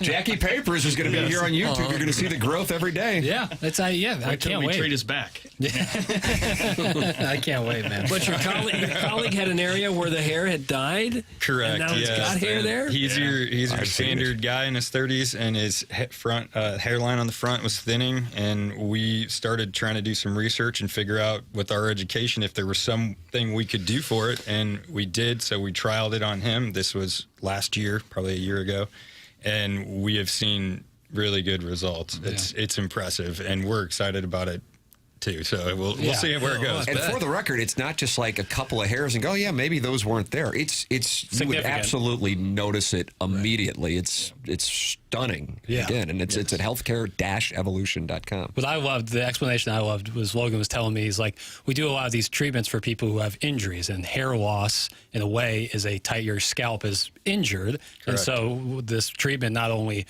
helps heal the injury, but then strengthen it so like you have stronger hair that comes back. That's the idea here. So it's it could be the next wave, Doug. Yeah. Well, bring that stuff in here and you can just shoot us all up during the show. You can figure mine out. Definitely. So for listeners who are curious about what the process looks like, because, okay, I can get in there as early as next week, going to healthcare-evolution.com, what would the process be? So the process, one would be go on our website. You can either go on there or you can call a phone number that's on our website. You will essentially, you'll either get a call back if no one answers, or you will basically have an intake quick questionnaire. And then you basically they'll offer you times to sign up, or you can sign up on our website because we place availability so that it's already there. You can see what times or slots are available. You come in, you'll see one of us. We'll do the ultrasound exam, and then we can tell you exactly what's going on. And then you decide whether or not you want to get a treatment that day, or if you don't, you can also come back and see us when you decide that it is the right time. Yeah, it's that easy. So if you're sitting there going, man, I have injured myself lifting whatever kind of exercise, and you're going, I can't get in to see my doctor until March, and then I know I'm going to have to see a specialist at some time, maybe in April, you can go to healthcare-evolution.com and get in and see Jake, see Blake, see Logan, see their team right away as soon as next week. It's healthcare-evolution.com. And then, as Jackson's experiencing, your scalp can be damaged. That's what can cause hair loss, and they have treatment for that as well. What does that look like, gentlemen? So, scheduling process, exactly the same. Schedule, tell us exactly what it is you're looking for, what you're thinking, even if you just have questions. Come in, we can tell you about the products, tell you the experiences we have. We can even show you the before and after photos. And then when you do come in, it's a pretty quick process. I would say 20 minutes. Yeah. to basically apply the treatment, and then you're on your way. Healthcare-evolution.com. You're getting some questions here, boys. Shouldn't hair challenge guys not wear hats because heat bakes hair follicles? Jackson? Yes. Take the hat off. I woke up this morning, my hair looked like crap. I didn't want to do the whole thing. No, now it looks terrible. Looks like a rat's nest up there, but take it off nonetheless. So I can just get ridiculed? No. Well, do you want hair there or not? I do. That's why I did the treatment. You got to wear it with confidence. No, I know. I have been better about it. The past couple weeks, I've been wearing almost exclusively no hats. Blake, Jake, do you feel like Jackson's sabotaging your handiwork? It's a light hat. It's very breathable. Like, it gets right through. Maybe unbuckle one of those notches. Yeah, I think the compliance rate for people with medical things is on the lower side. So if we're above 50%, Jackson, I think we'll do okay. We're shooting about 50%. He has been keeping the hat off for the most part. Perfect. That sounds good. Dino Bravo wants to know your guys' backgrounds in this medicine. Sure. You, Blake, I apologize, Jake. You came from South Florida, right? No, I mean, I teach in South Florida. I actually teach the musculoskeletal ultrasound and interventions, like what we do at our practice. I have a bachelor's in ultrasound. I have a master's nurse practitioner degree, and I have a chiropractic doctorate degree as well. So okay, and Jake? So I'm born and raised South County, St. Louis, and then I attended Mizzou. Had a great time there. Fight Tiger. That's right. Yeah, so my base education was actually nursing school there, and then I went on for anesthesia, and that was the bulk of my career. And just about a year ago, finished a fellowship that was geared toward pain management, and so that's how we kind of got going on this stuff. Yeah, what you guys have is, like I said, this is not throughout the St. Louis area. There are 100 of these. I don't even know how many you would say, but it's a limited amount. It's brand new, and as the three of us have experienced, it can be a real game changer if you are dealing with injuries or if you're looking to treat hair loss. It is healthcare-evolution.com. All three of us have been there, so we can speak to it firsthand and tell you that it really is a world changer when it comes to your health care. Jake Pressler, Blake Randall's healthcare-evolution.com. Gentlemen, thank you so much for coming in. We appreciate it. Thanks, guys. Appreciate it. Thank you. That is Jake Pressler, Blake Randall's with us here in studio. 7 o'clock hour sponsor and spring training sponsor next week here on 101 ESPN. We'll take a break, come back with more TMA from the Stiefel Studios.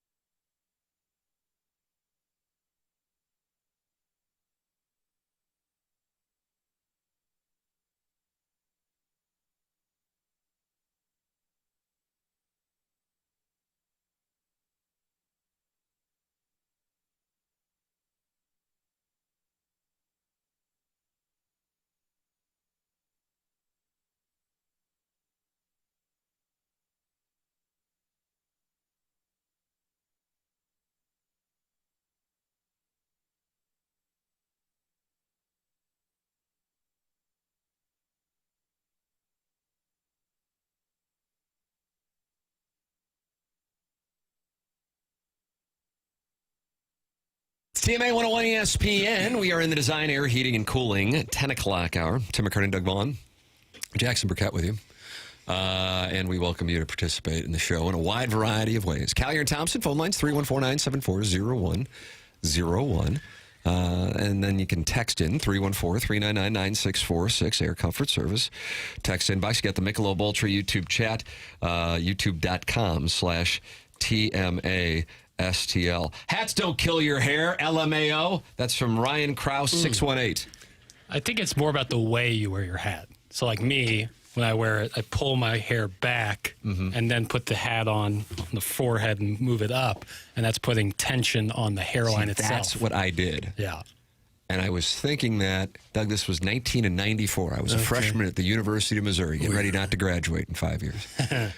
And I had long hair. You've all seen the Sigma Chi composite picture from 94. I haven't seen it. If that one's not available, when sororities try to steal it from the Sigma Chi house at 500 South College Avenue, they then get the Brad Pitt one. Yeah. Yeah, And the silver medal. Yours is the one they really want in the fallback position. Yeah. Is Brad Pitt. William Pitt. Yeah, you go get the Hitachi Magic Wand, and then you get the composite.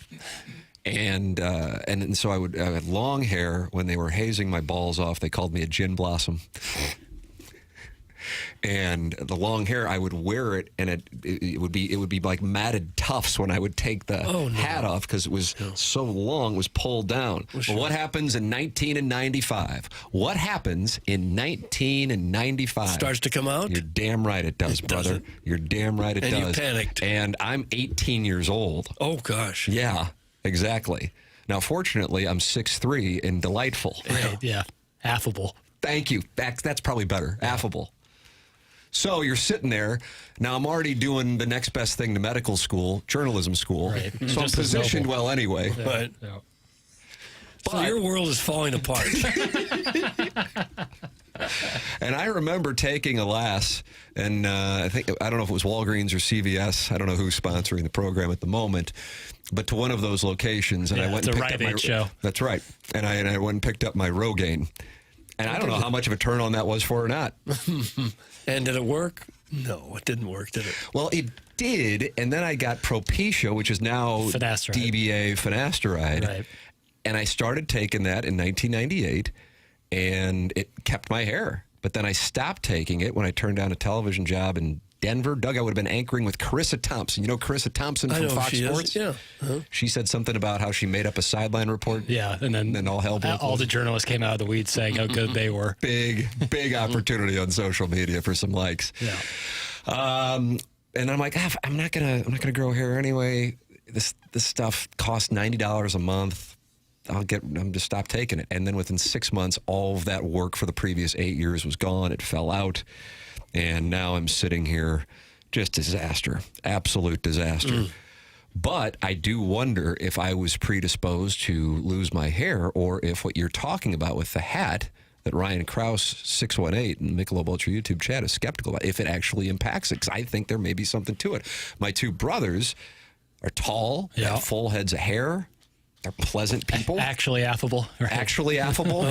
Yeah. My question, is your hair loss more in the hairline or the crown? Well, I was telling Doug in the commercial break that I haven't grown it out, and truly it was August of 2006, so I haven't seen it. I have no idea what the hell would come out. Right. I have. Here, Doug, Yeah, you have. I'm going to take my hat off. This is just for the ladies in the balcony. Yeah, if you're a guy, close your eyes. Absolutely. So I have, Doug, you want to touch me? No.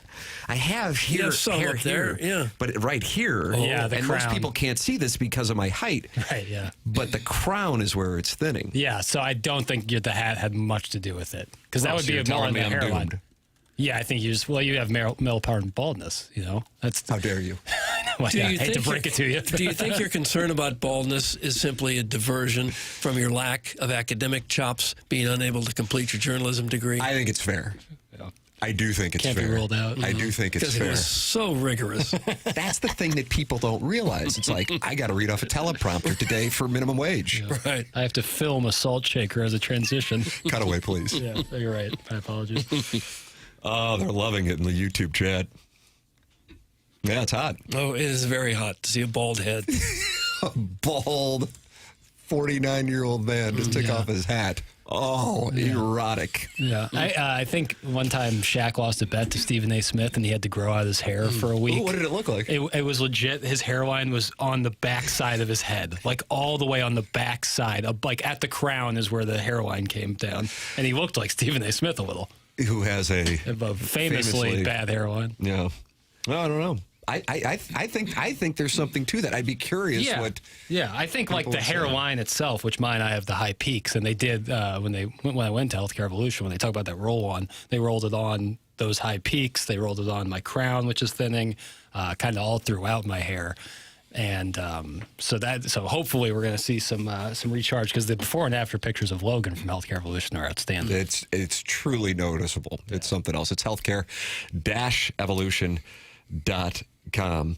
Let's see. They say hats can't make you bald, but socks and boots have made my ankles completely bald for years, even after stopping wearing them, Doug. It's from the 314. Yeah, that can happen. Dress socks, like you see older guys at the gym, and they're, naked as the day that they were born, naked as Jaybird. So they're naked, but they have socks on? No, they don't have socks on, but you can see on their shins, you can see your reflection. You see a naked gentleman in the gym, and you start looking him up and down to see his sock line. Yeah, that's the what's what and the who's who. This guy's a pervert. Could be from compression socks that are really I think it's tight on your legs. I think it's dress socks, because their shins are not only hairless, but shiny. Like they just polish their tibula. Yeah. Well, for my money, the only thing that looks better than Tim's bald head is a new kitchen from Collier & Thompson. Yeah, I actually agree with that. Yeah, that's one of their new marketing plans now. Get a counter as shiny as an old man's shins. Yeah, that's what they're doing at Collier & Thompson. They can make your kitchen look great, better than a bald head even. They've been doing this stuff since the 1950s. Collier & Thompson is really your go-to source for every kind of design consideration. They carry the best cabinets, appliances, countertops in the business. When Collier & Thompson walks away from a job, you will be super happy and have a remodel that should last a lifetime. You're not going to do remodeling very often, maybe once or twice in the entire lifespan of your house if you stay there a long time. If you're going to do it right. And Collier & Thompson does it better than anyone else. It's also kind of hard to know who you can trust to be in your home and who's going to be there to back up the work. Well, Collier & Thompson stands behind every job that they do, and during the process, they're always going to be available for you. The team truly cares about the work that they produce. For them, it's more than just a job. They take pride in the work that they do. If they come out and you're not completely satisfied when it's over, they'll come on back out there and make sure that you are happy with a Collier & Thompson job, because they are just absolutely the best in town at what they do. They got a very deep showroom, more than 10,000 square feet of displays. You can go out there and get some great ideas what you can do to your kitchen, bathroom, redo the basement, or whatever. Collier & Thompson can handle it all. Collier & Thompson is on Manchester and Baldwin, next to Uncle Bill's Pancake House. Come home to quality online at collierandthompson.com to get a kitchen that looks even better than Tim's bald head. Hey, Jackson. You observe some funky things in your life, homie. That's from Tall and Tan. I agree. Tall and Tan texting in. I agree. I live in the periphery. I like that. What does that mean exactly? Little things like that, like noticing an old man's shiny shins. When he's naked in the locker room with you. Yeah. That's a lot. That's a detail that goes right over most people's heads, but I lock in on it. You look right at the shins. It's probably the ADD, but who knows? Tim, just take $2 or $3 million you have lying around and go to Matthew McConaughey's guy. That's from Manute Bowl eligible. I think Matthew McConaughey is very open about his hair transplant. Yeah, I think he says they did some potion or something in his head. He's open about his potion. Some I don't know, maze of some sort that he put in his head. I don't know. Maze and potion. Probably just had the transplant. I think that's what happened. I think most of Hollywood has. Yeah, they work for 2 or 3 months and then they're off for 4 or 5 months. Perfect time for the transplant. People are thinking Bieber just got one done. Who knows? Kai has a great ponytail to pull back on. What in the world? The rest of him is hairless. That's from the recovering alcoholic. Jackson, that's your buddy, sweet. I was with him last night. He has a great head of hair. And he has a ponytail now? No, he doesn't have a ponytail. I was hanging at his house. Watching him ball. and the missus. Me, him, and his wife, yeah. Doug, is that the more popular? I think it is. I just went over there to hang out. And he has a ponytail that you like to pull? No ponytail. Nor is he hair. He's got a beard. Neck beard? A mustache. And he likes slot cars? No. He was showing me pictures of remote control cars that he was interested in. I was like, ooh, buddy. Eric from the Central West End was texted in and asked if the guys from Healthcare Evolution could help him grow a neck beard. Oh. I think it would work. We left that putt out there. Well, but like male pattern baldness is like, the sides and back still Doesn't usually have get hair. your neck. Right. Neck, I think you should be fine. Like, if you have issues growing a neck beard, you probably have trouble growing facial hair. Yeah, probably so. Like, you probably can't grow a neck beard. But I don't consider it trouble. I consider it a blessing that I don't have to shave 3 times a day. Yeah, that's true. Hey, guys, I am 55. I am pudgy. I have great hair, but I'm not attractive. I do have plenty of money. With those stats, how young could I go if I was single? I'm thinking 38 with maybe a St. Louis 6, Doug. Would you like to assess? I don't know if there's any formula. Well, there's like it's like bracket matrix. Okay, we'll take Jerry Palms. We'll take Joe Ladortes. So you said 55. 55. Plenty of money. Pudgy, not attractive, but has plenty of money, great hair. And with those stats, how young could I go if I was single? I'm thinking 38 with maybe a St. Louis 6, Jackson. I think that's about right. Like, how much money is plenty of money? Jackson, how much money is plenty of money out there in the wild right now? Doug and I, we've been put out to stud. Right, yeah, paycheck to paycheck. I don't know what one would consider plenty of money. Yeah, where are we? Are we in Clayton or are we elsewhere? I think probably... are we at $500,000 net worth, or are we talking $10 million? I think you're probably thinking Creve Core or better. It would be Creve Core or better, Doug. Okay, what's the net worth? $5-ish million? $5 million's the net worth in Creve Core, is that right? No, I don't think so. Well, for older folks. Yeah, I net worth, I don't know. I told you all my assets yesterday. And if I had to liquidate, it wouldn't be much. Yeah, that was... Well... It's life in media, man. Yeah. Jackson's having a big segment. He lives life on the periphery, and after he lists his net worth, which were assets totaling, I think, $83. Well, it depends how much you can get for that PlayStation. That's life in media, man. Yeah. But a guy, even probably an older guy who's got $10 million or so to toss around, he's going to be quite attractive to a lot of people. I would think, but then it gets the question, how pudgy, how unattractive? Yeah. Bricklebottom says he's a financial advisor, and he's got the answer to what counts as a lot of money. Doug, what do you think the answer is? Bricklebottom? Yeah, Bricklebottom must be over at Moneta. Yeah, right. I've read something once, but to be considered rich now, you have to be like $10 million to be considered rich. Bricklebottom says the number is 4. Okay. $4 million for what? Rich. A lot of money. Yeah, or plenty of. Okay. I think plenty of, then we cut that in half, 2. We'll call it 2. He's got $2 million. He's a little has pudgy. $2 million? Bricklebottom? No, who the other guy who wants our trying opinion? to find out how young he can go. Who was it? Chairman Steve. Oh, okay. Yeah.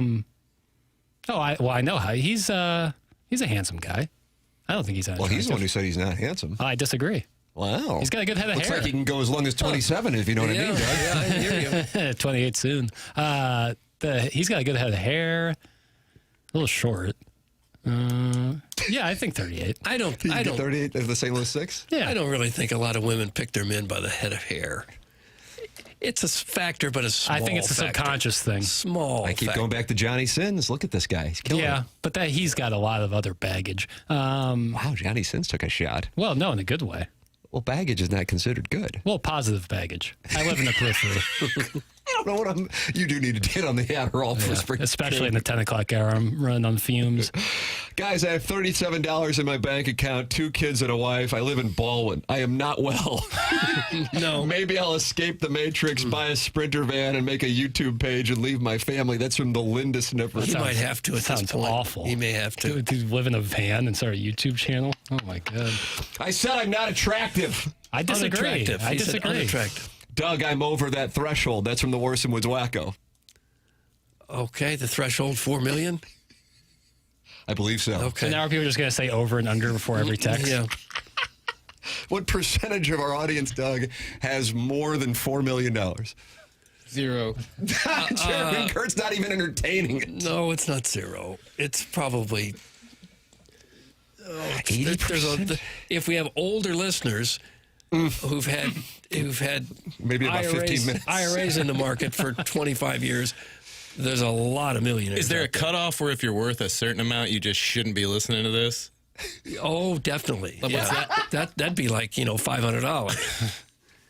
But the percentage of our listeners worth over $4 million, I'd say 4%, 3 or 4%. Jackson, do you agree with that? No, I'd say over. How about that? Well-heeled audience, Doug. I'd say not by much, but I would say you're touching double digits, I think. You think? We talking $4 million net worth or liquid, Doug? There are a lot of guys with cigarette boats that would qualify as wealthy if we're just talking net worth. That's some big tough. Definitely not liquid. My answer changes dramatically if we're saying liquid. Wrong, Chairman. Sharon and Clayton. Oh, forgot about you. Chairman Kurt's exhausted. DJ Patty Cakes is in the Michelob Ultra YouTube chat and says it's 0.00001%. That is the official study that has been Of conducted. listeners worth over 4 million. There's got to be a couple. Warson Woods Wacko has already told you. It's not an obscene amount of money anymore. Used to be. Man, you're unrelatable. If the Warson Woods Wacko really had that much money, he probably wouldn't tell anybody. Anybody that has that much money would keep it to themselves. Otherwise, you're just looking for attention because you're coming up short somewhere else. Oh. That's from Andy Pants, who just criticized the ween size of Warson Woods Wacko right here on this very presentation. You're welcome to attack our sizes in a wide variety of ways. 314-399-9646. And then you've got that Michelob Ultra YouTube chat where you can talk it over as well, where they're conducting studies. Splashback Deuce, Jackson Stinkbug, and Ryan Krause are in there. They're talking it over. It's the TMA STL YouTube channel. Make sure to subscribe to it because we'll be doing spring training next week live from Jupiter, Florida, and you'll be able to watch the conversations and interact with the Cardinals when they sit down with us. The program's called TMA. It's presented by Brown & Crouppen on 101 ESPN.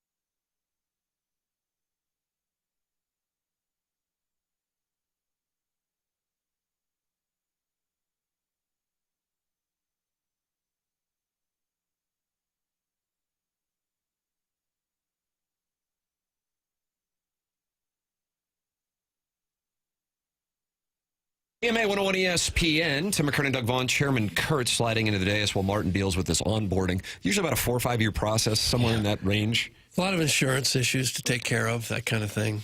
HR problems. And then Jackson Burkett with you on this presentation. Doug, you're getting a lot of questions about this net worth in the in the text inbox. Worsonwood's Wacko is experiencing a lot of attacks, many of which are coming from familiar listeners not believing him. Sharon and Clayton does not believe him at all. Getting to $4 million is not incredibly difficult if you followed a strict savings and investment plan. He has sent this in many times now. I don't know if anybody's observing I'm this. counting right now. I'll get back to you. Getting to $4 million is not incredibly difficult if you followed a strict savings and investment plan, compound interest, pre-tax 401k, IRA, and real estate. Jesus, your listeners are effing stupid. Have fun living off of $6,500 in Social Securities because the truck lift was more important. Oh, Doug. The truck's not going to lift itself. Well, to get there, it's true about the compound interest and the 401ks and all that, but you also have to add in a really nice salary the entire time of your working life. And where do you, like when you budget for the trunk lift, where do you put that? Top of the list. You got to have that regardless if you have money or not. I get tattoos of Carlos Martinez on my mama. That gentleman right there, $6 million. Yeah, liquid. Doug, are we talking $4 million net worth or liquid? And are we talking about including home equity? There is a real. How did this start? I don't know. Well, because Chairman Steve texted in about if he could land a 38-year-old. Mr. Licks told us that you can't count home equity in your net worth. But I don't think he calls those blue-collar millionaires. He says, if some middle-aged or older guy is trying to make himself attractive to young women, I don't think they care about the equity that he has in his home. Yeah, 30-year fixed. Yeah. What's your mortgage rate? The only millionaires who listen to this show are JR, Josh Schertz, and John Mazalek. That's from Katie Woo's burner. Is JR a millionaire? Doug? Rutherford? Jeff Co-millionaire. Could be. I don't know. We'll have to ask. That's a good reality show. Jeff Co-millionaire. Well, I think they're saying now if you're of retirement age, 65 or older, you better have $1 million saved if you want to retire with the same. This is not going to play well. Same standard of living that you're living at now. Unless you have some sort of pension program. Well, even with that. Well, if you're getting your salary, a heavy amount of your salary for the rest of your life. Not many people get a heavy amount. Some teachers get a pretty good pension. Yeah. Doug, Google says there's only 132,000 millionaires in Missouri. No way it's double-digit percentage, Jackson. That's from C. Murder from Imperial. Oh, you know best. 30-year fixed. That's major white trash loan structure. That's from the Worsonwood's Wacko. Oh, but what if the rate is like 2 or 3% that you got it years ago? Not good enough. I'm still white trash. God, Doug. Oh, you're better off having a mortgage at 2 or 3% than paying that off when you could be in the market making 8 to 10% maybe. Mortgage isn't always a bad thing. Maybe the Worsonwood's Wacko will call in. Okay. You're welcome. Please no. Please no. 314-974-0101. Get involved in said presentation where I don't know what has angered people the most today. I don't know if I could do a Mount Rushmore. I feel like Jackson with the neck beard. I don't know if you're looking at the Air Comfort Service text box because you hit close to home. Yeah, I can imagine. They were really unhappy with that. Well. Then when you talked about rubbing your wrist together for your cologne, that got him. That didn't play well. JR and his conversation on colognes and who smelled better in the 9 o'clock hour when people wanted to break down the Blues power play, when JR was in here, and now the Worsonwood's Wacko telling people that a 30-year fix is a white trash structure. Lightning rod of a program today. I guess 15-year fix would be better. Yeah, I guess. It wouldn't be white trash. Yeah. Different strokes, different folks. Yeah. I think the Worsonwood's Wacko knows less about money than my 8-year-old daughter. That's from Harrison's brother, Master. He's raging right now after hearing that. 15-year notes 5 years ago were sub 2%. It's from the Worsonwood's Wacko. I got to tell you, he's speaking truths. Yeah. I mean, that's just a fact. Comma Jack. That's what a lot of people went to. All right, we got to take a break. We'll announce the winner of the Design Air Heating and Cooling email of the day coming up in the final segment. BK and Ferrario coming up at the top of the hour. And Chris Kerber is going to be in studio for BK and Ferrario coming up today. We'll have the winner of the Design Air Heating and Cooling email of the day and hand it off to them. And if you are feeling sluggish, just not feeling like yourself, Well, that's where Mentality comes into play. And Mentality is online at lowtusa.com. You remember the guy that used to be sharp at work and full of energy and fun, the one people enjoyed being around? Well, that's where Mentality comes in. They're not a macho low-T bro clinic. They're human-centered, and their mission's to figure out what's really going on in your body and your brain. Mentality starts by listening. They'll run real labs and explain your results in plain English, then build a personalized science-backed plan using hormone therapy and FDA-approved peptide treatments to help get your brain and body back on track. So stop telling yourself and everyone around you that you are fine. Right now, all new patient labs will be covered in your treatment plan. That is a savings of $250 right out of the gate. Reclaim the old you, the younger you, with Mentality. Schedule your appointment now at lowtusa.com. That's lowtusa.com. lowtusa.com. lowtusa.com. Take a break. Come back with the final segment of today's Morning After, presented to you by Brown and Crouppen on 101 ESPN and the TMASTL YouTube channel.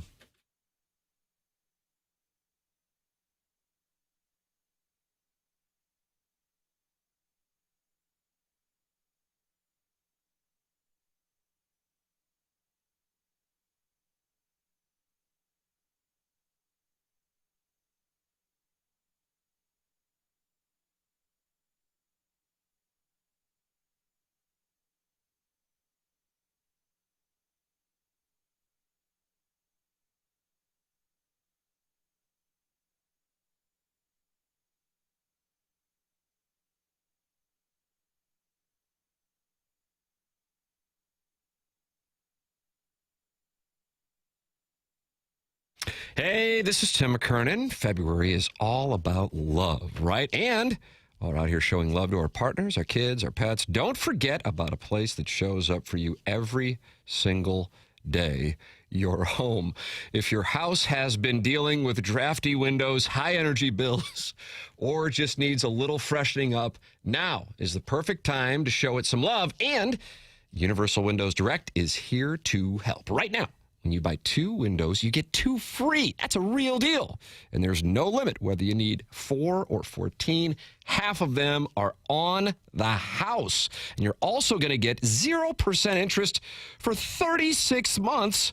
So you can upgrade your home now and spread out the payments with 0 added cost. And for a little extra love, you'll get $500 off your home improvement project when you schedule this month. It's all from Universal Windows Direct. Call 314-334-2522 or visit universalwindowsdirect.com to schedule your free estimate today. Buy 2, get 2 free, 0% financing for 3 years, $500 off your project, comfort savings, and a home you'll fall in love with all over again. And like me, you'll be saying, I love my windows.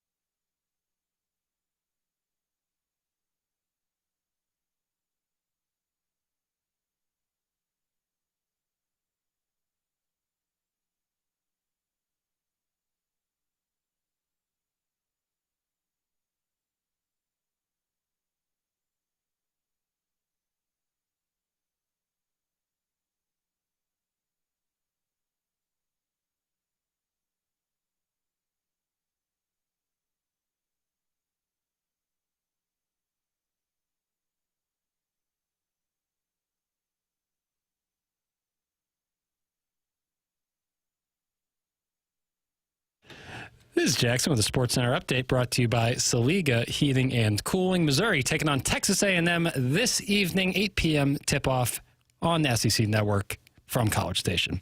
That was another SportsCenter update brought to you by Saliga Heating and Cooling, a Daikin heating and air conditioning dealer.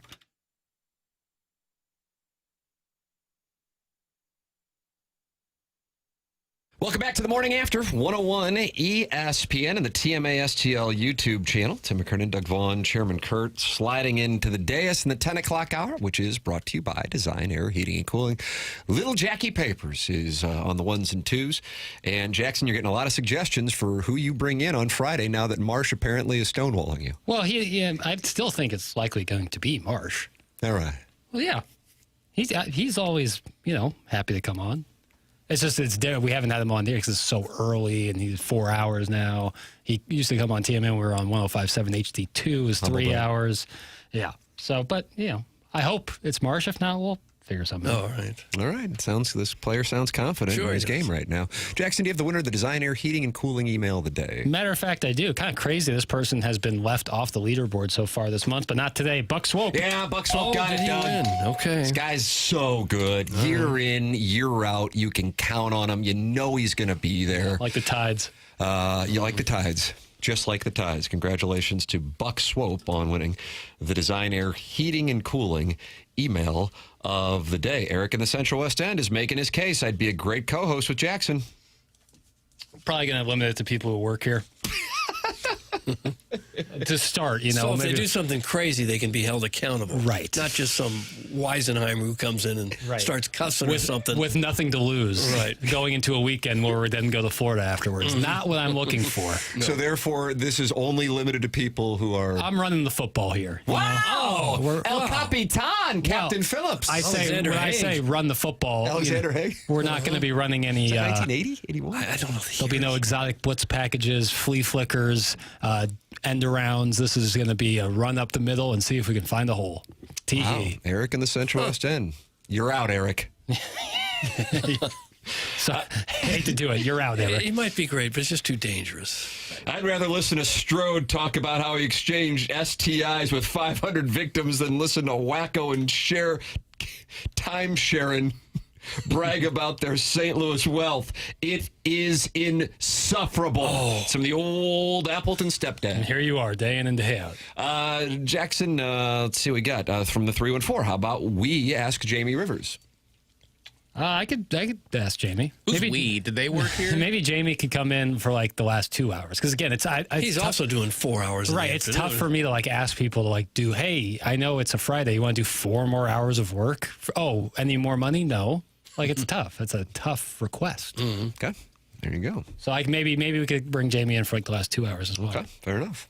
Sounds like the plan's in place either way, Doug. I'm not worried about it. There you go. Jackson's confident. The audience, though, they're just not happy today. Well, they're not going to like it no matter what. No matter who I could bring in, I could Bob bring Costas, the ghost of Johnny Joe Carson. Buck, Yeah. And the ghost of Johnny Carson. And they'd be like, where's Tim? This show sucks. I'm going to go listen to the skeleton. Okay. I don't give a damn. We ought to just shut down the text line. Need it. Well, bring in Eric to improve the show, Jackson. That's from the 314. This isn't an open forum. This is handled internally. This is not how this is going to go. BK and Ferrario are coming up next. Time for us to shut it down for Jackson Burkett, for Chairman Kurt, for Martin Kilcoyne, for my brother Kevin, for Douglas Alvin Vaughn, and Tim McKernan. This has been The Morning After, presented to you by Brown and Crouppen, here from the Stiefel Studios.